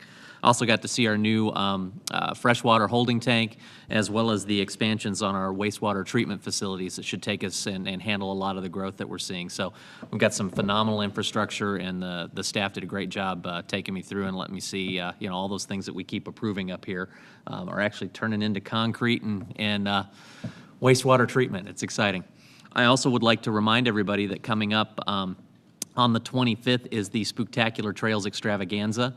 There's also a 5K event there, so if you're a runner, that's a great one. Go ahead and look it up on the city calendar. That 5K does have a fee associated with it, but everything else is free, and it's a great opportunity to get the kids out. There's lots of community booths. If you are a business or an organization that wants to get a lot of exposure, there's still opportunities to help out or have a booth or an event there. So it's a great time and a lot of fun, and hopefully we won't get rained out. That's all I have, Mayor. Thank you, sir. Ms. Barron. No, sir. Councilman Ferguson. Yes, Mayor. First of all, before I get to MCL Grand, I want to kind of give a shout out to Summer Wilhelm and the chiefs and all the different people that were involved in the Emergency Management Center for Western Days. This was an operation that I walked into, did the briefing on, and walked out and thought this is straight out of an Olympic host city. It was top-notch. It was amazing. It was obviously hidden behind the scenes. Nobody knew it was there. But everybody from the chiefs down to the weather spotter guy that sat there and watched the weather all day They made sure that nothing could happen at this event that wasn't already planned for. So I want to congratulate them on an amazing job. It was very impressive. MCL Grand stage shows. We have Le Ballet de Dracula. This is Dracula in ballet form. It's actually something that was written by the Lake City's Ballet. It's really entertaining. I mean, I know people sometimes think ballet. I don't know if I'd like ballet. This is really entertaining. It's a lot of fun. It's very creative. I highly recommend it. October 10th through 11th, 3 shows, and Lake City's Ballet, as I mentioned. That'll be on the stage there at the MCL Grand. We have another performance, a choral performance called Feels Like Home on October 11th, 2 shows presented by Texas Harmony. Public events, we've got a job fair that's being conducted by Nebraska Furniture Mart on October 9th and 10th, so we're really excited about them coming here to conduct their job fair. It's a great opportunity for people to find a job and maybe discover the MCL Grand at the same time. We have continuation of the Healthy You event. This one is titled Pink Looks Good on Everyone. It'll be October 16th, presented by Medical Center of Lewisville. We have Rhapsody in Bloom, a floral arrangement seminar, October 20th, presented by Denton County Master Gardeners, and I know my friend Diana McMillan will be there. Y'all probably all know her too. We have a flag retirement ceremony on October 25th. This is a respectful manner that honors the most recognized and visible symbol of our nation when it becomes beyond its useful life. So I would encourage anyone who has a flag in need of retirement to fly a new one proudly and use the retirement ceremony. Again, October 25th, Lewisville Morning Rotary. Got an I-35 Express public meeting on October 30th, presented by TxDOT and AGL. That's going to be interesting, I think, for a lot of public citizens to keep track of what's happening with the I-35 developments. In the Art Gallery, Quanah Parker exhibit continues through November 8th. And in the North Hallway area, Visual Arts League has the Western Way, North Quarter is what they call it, the Western Way also through November 8th. I'm going to just add another shout out to the Central Fire Station, Valley and Main, 10 to 3. Keep coming and I'll be back. And otherwise, glad to be here. Sounds good. Councilman Vaughn. Yes, Mayor, I have a couple of items I'd like to mention. I think one of my fellow councilmen mentioned at our last council meeting that on October the 19th, we're having a dam half and 5K that's supposed to take place with an opportunity for people to run across the dam, apparently, which isn't open generally to the public. And this is to benefit Leela. And also on October the 11th, Keep Lewisville Beautiful and Leela Nurture Preserve are going to team up for a wildflower, wildflower planting from 9 to 11:30 on at their Jones Street facility. That's it. Thank you. Thank you, sir.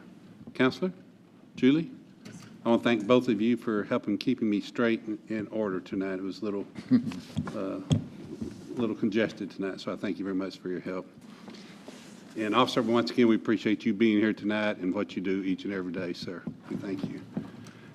As we heard already, our Western Week Festival was just a tremendous success, and I had a little personal success myself. My son actually met a young lady last year at Western Week that had come up from Waco to see the Western Week festivities, and he met that young lady. They dated for a year. This year at Western Week, he asked her to marry him, and she said yes. So it was very great, and I have to be so proud of him because he did it the right way. He went, her parents are in Minnesota, he flew up to Minnesota and asked her mom and dad for her hand in marriage and their blessing before he asked her. So I was very proud of my son because that takes a lot. You don't say it a lot nowadays, but I was very proud of him. The other thing I'm glad to hear is that the homecoming parade is, what did you say it is, Mr. Ferris?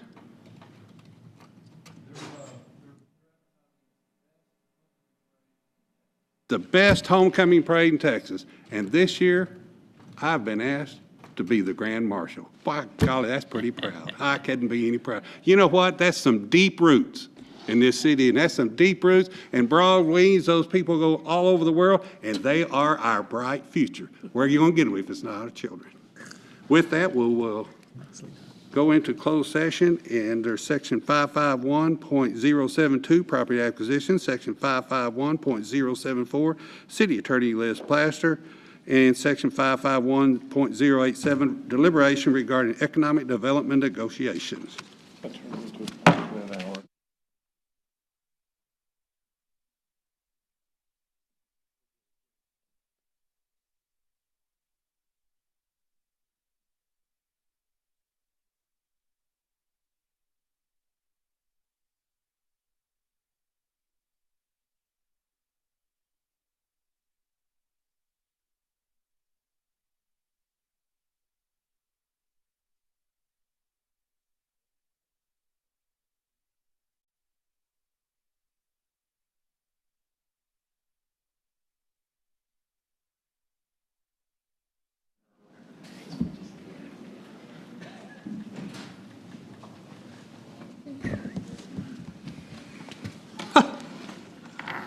Is that a guess which one?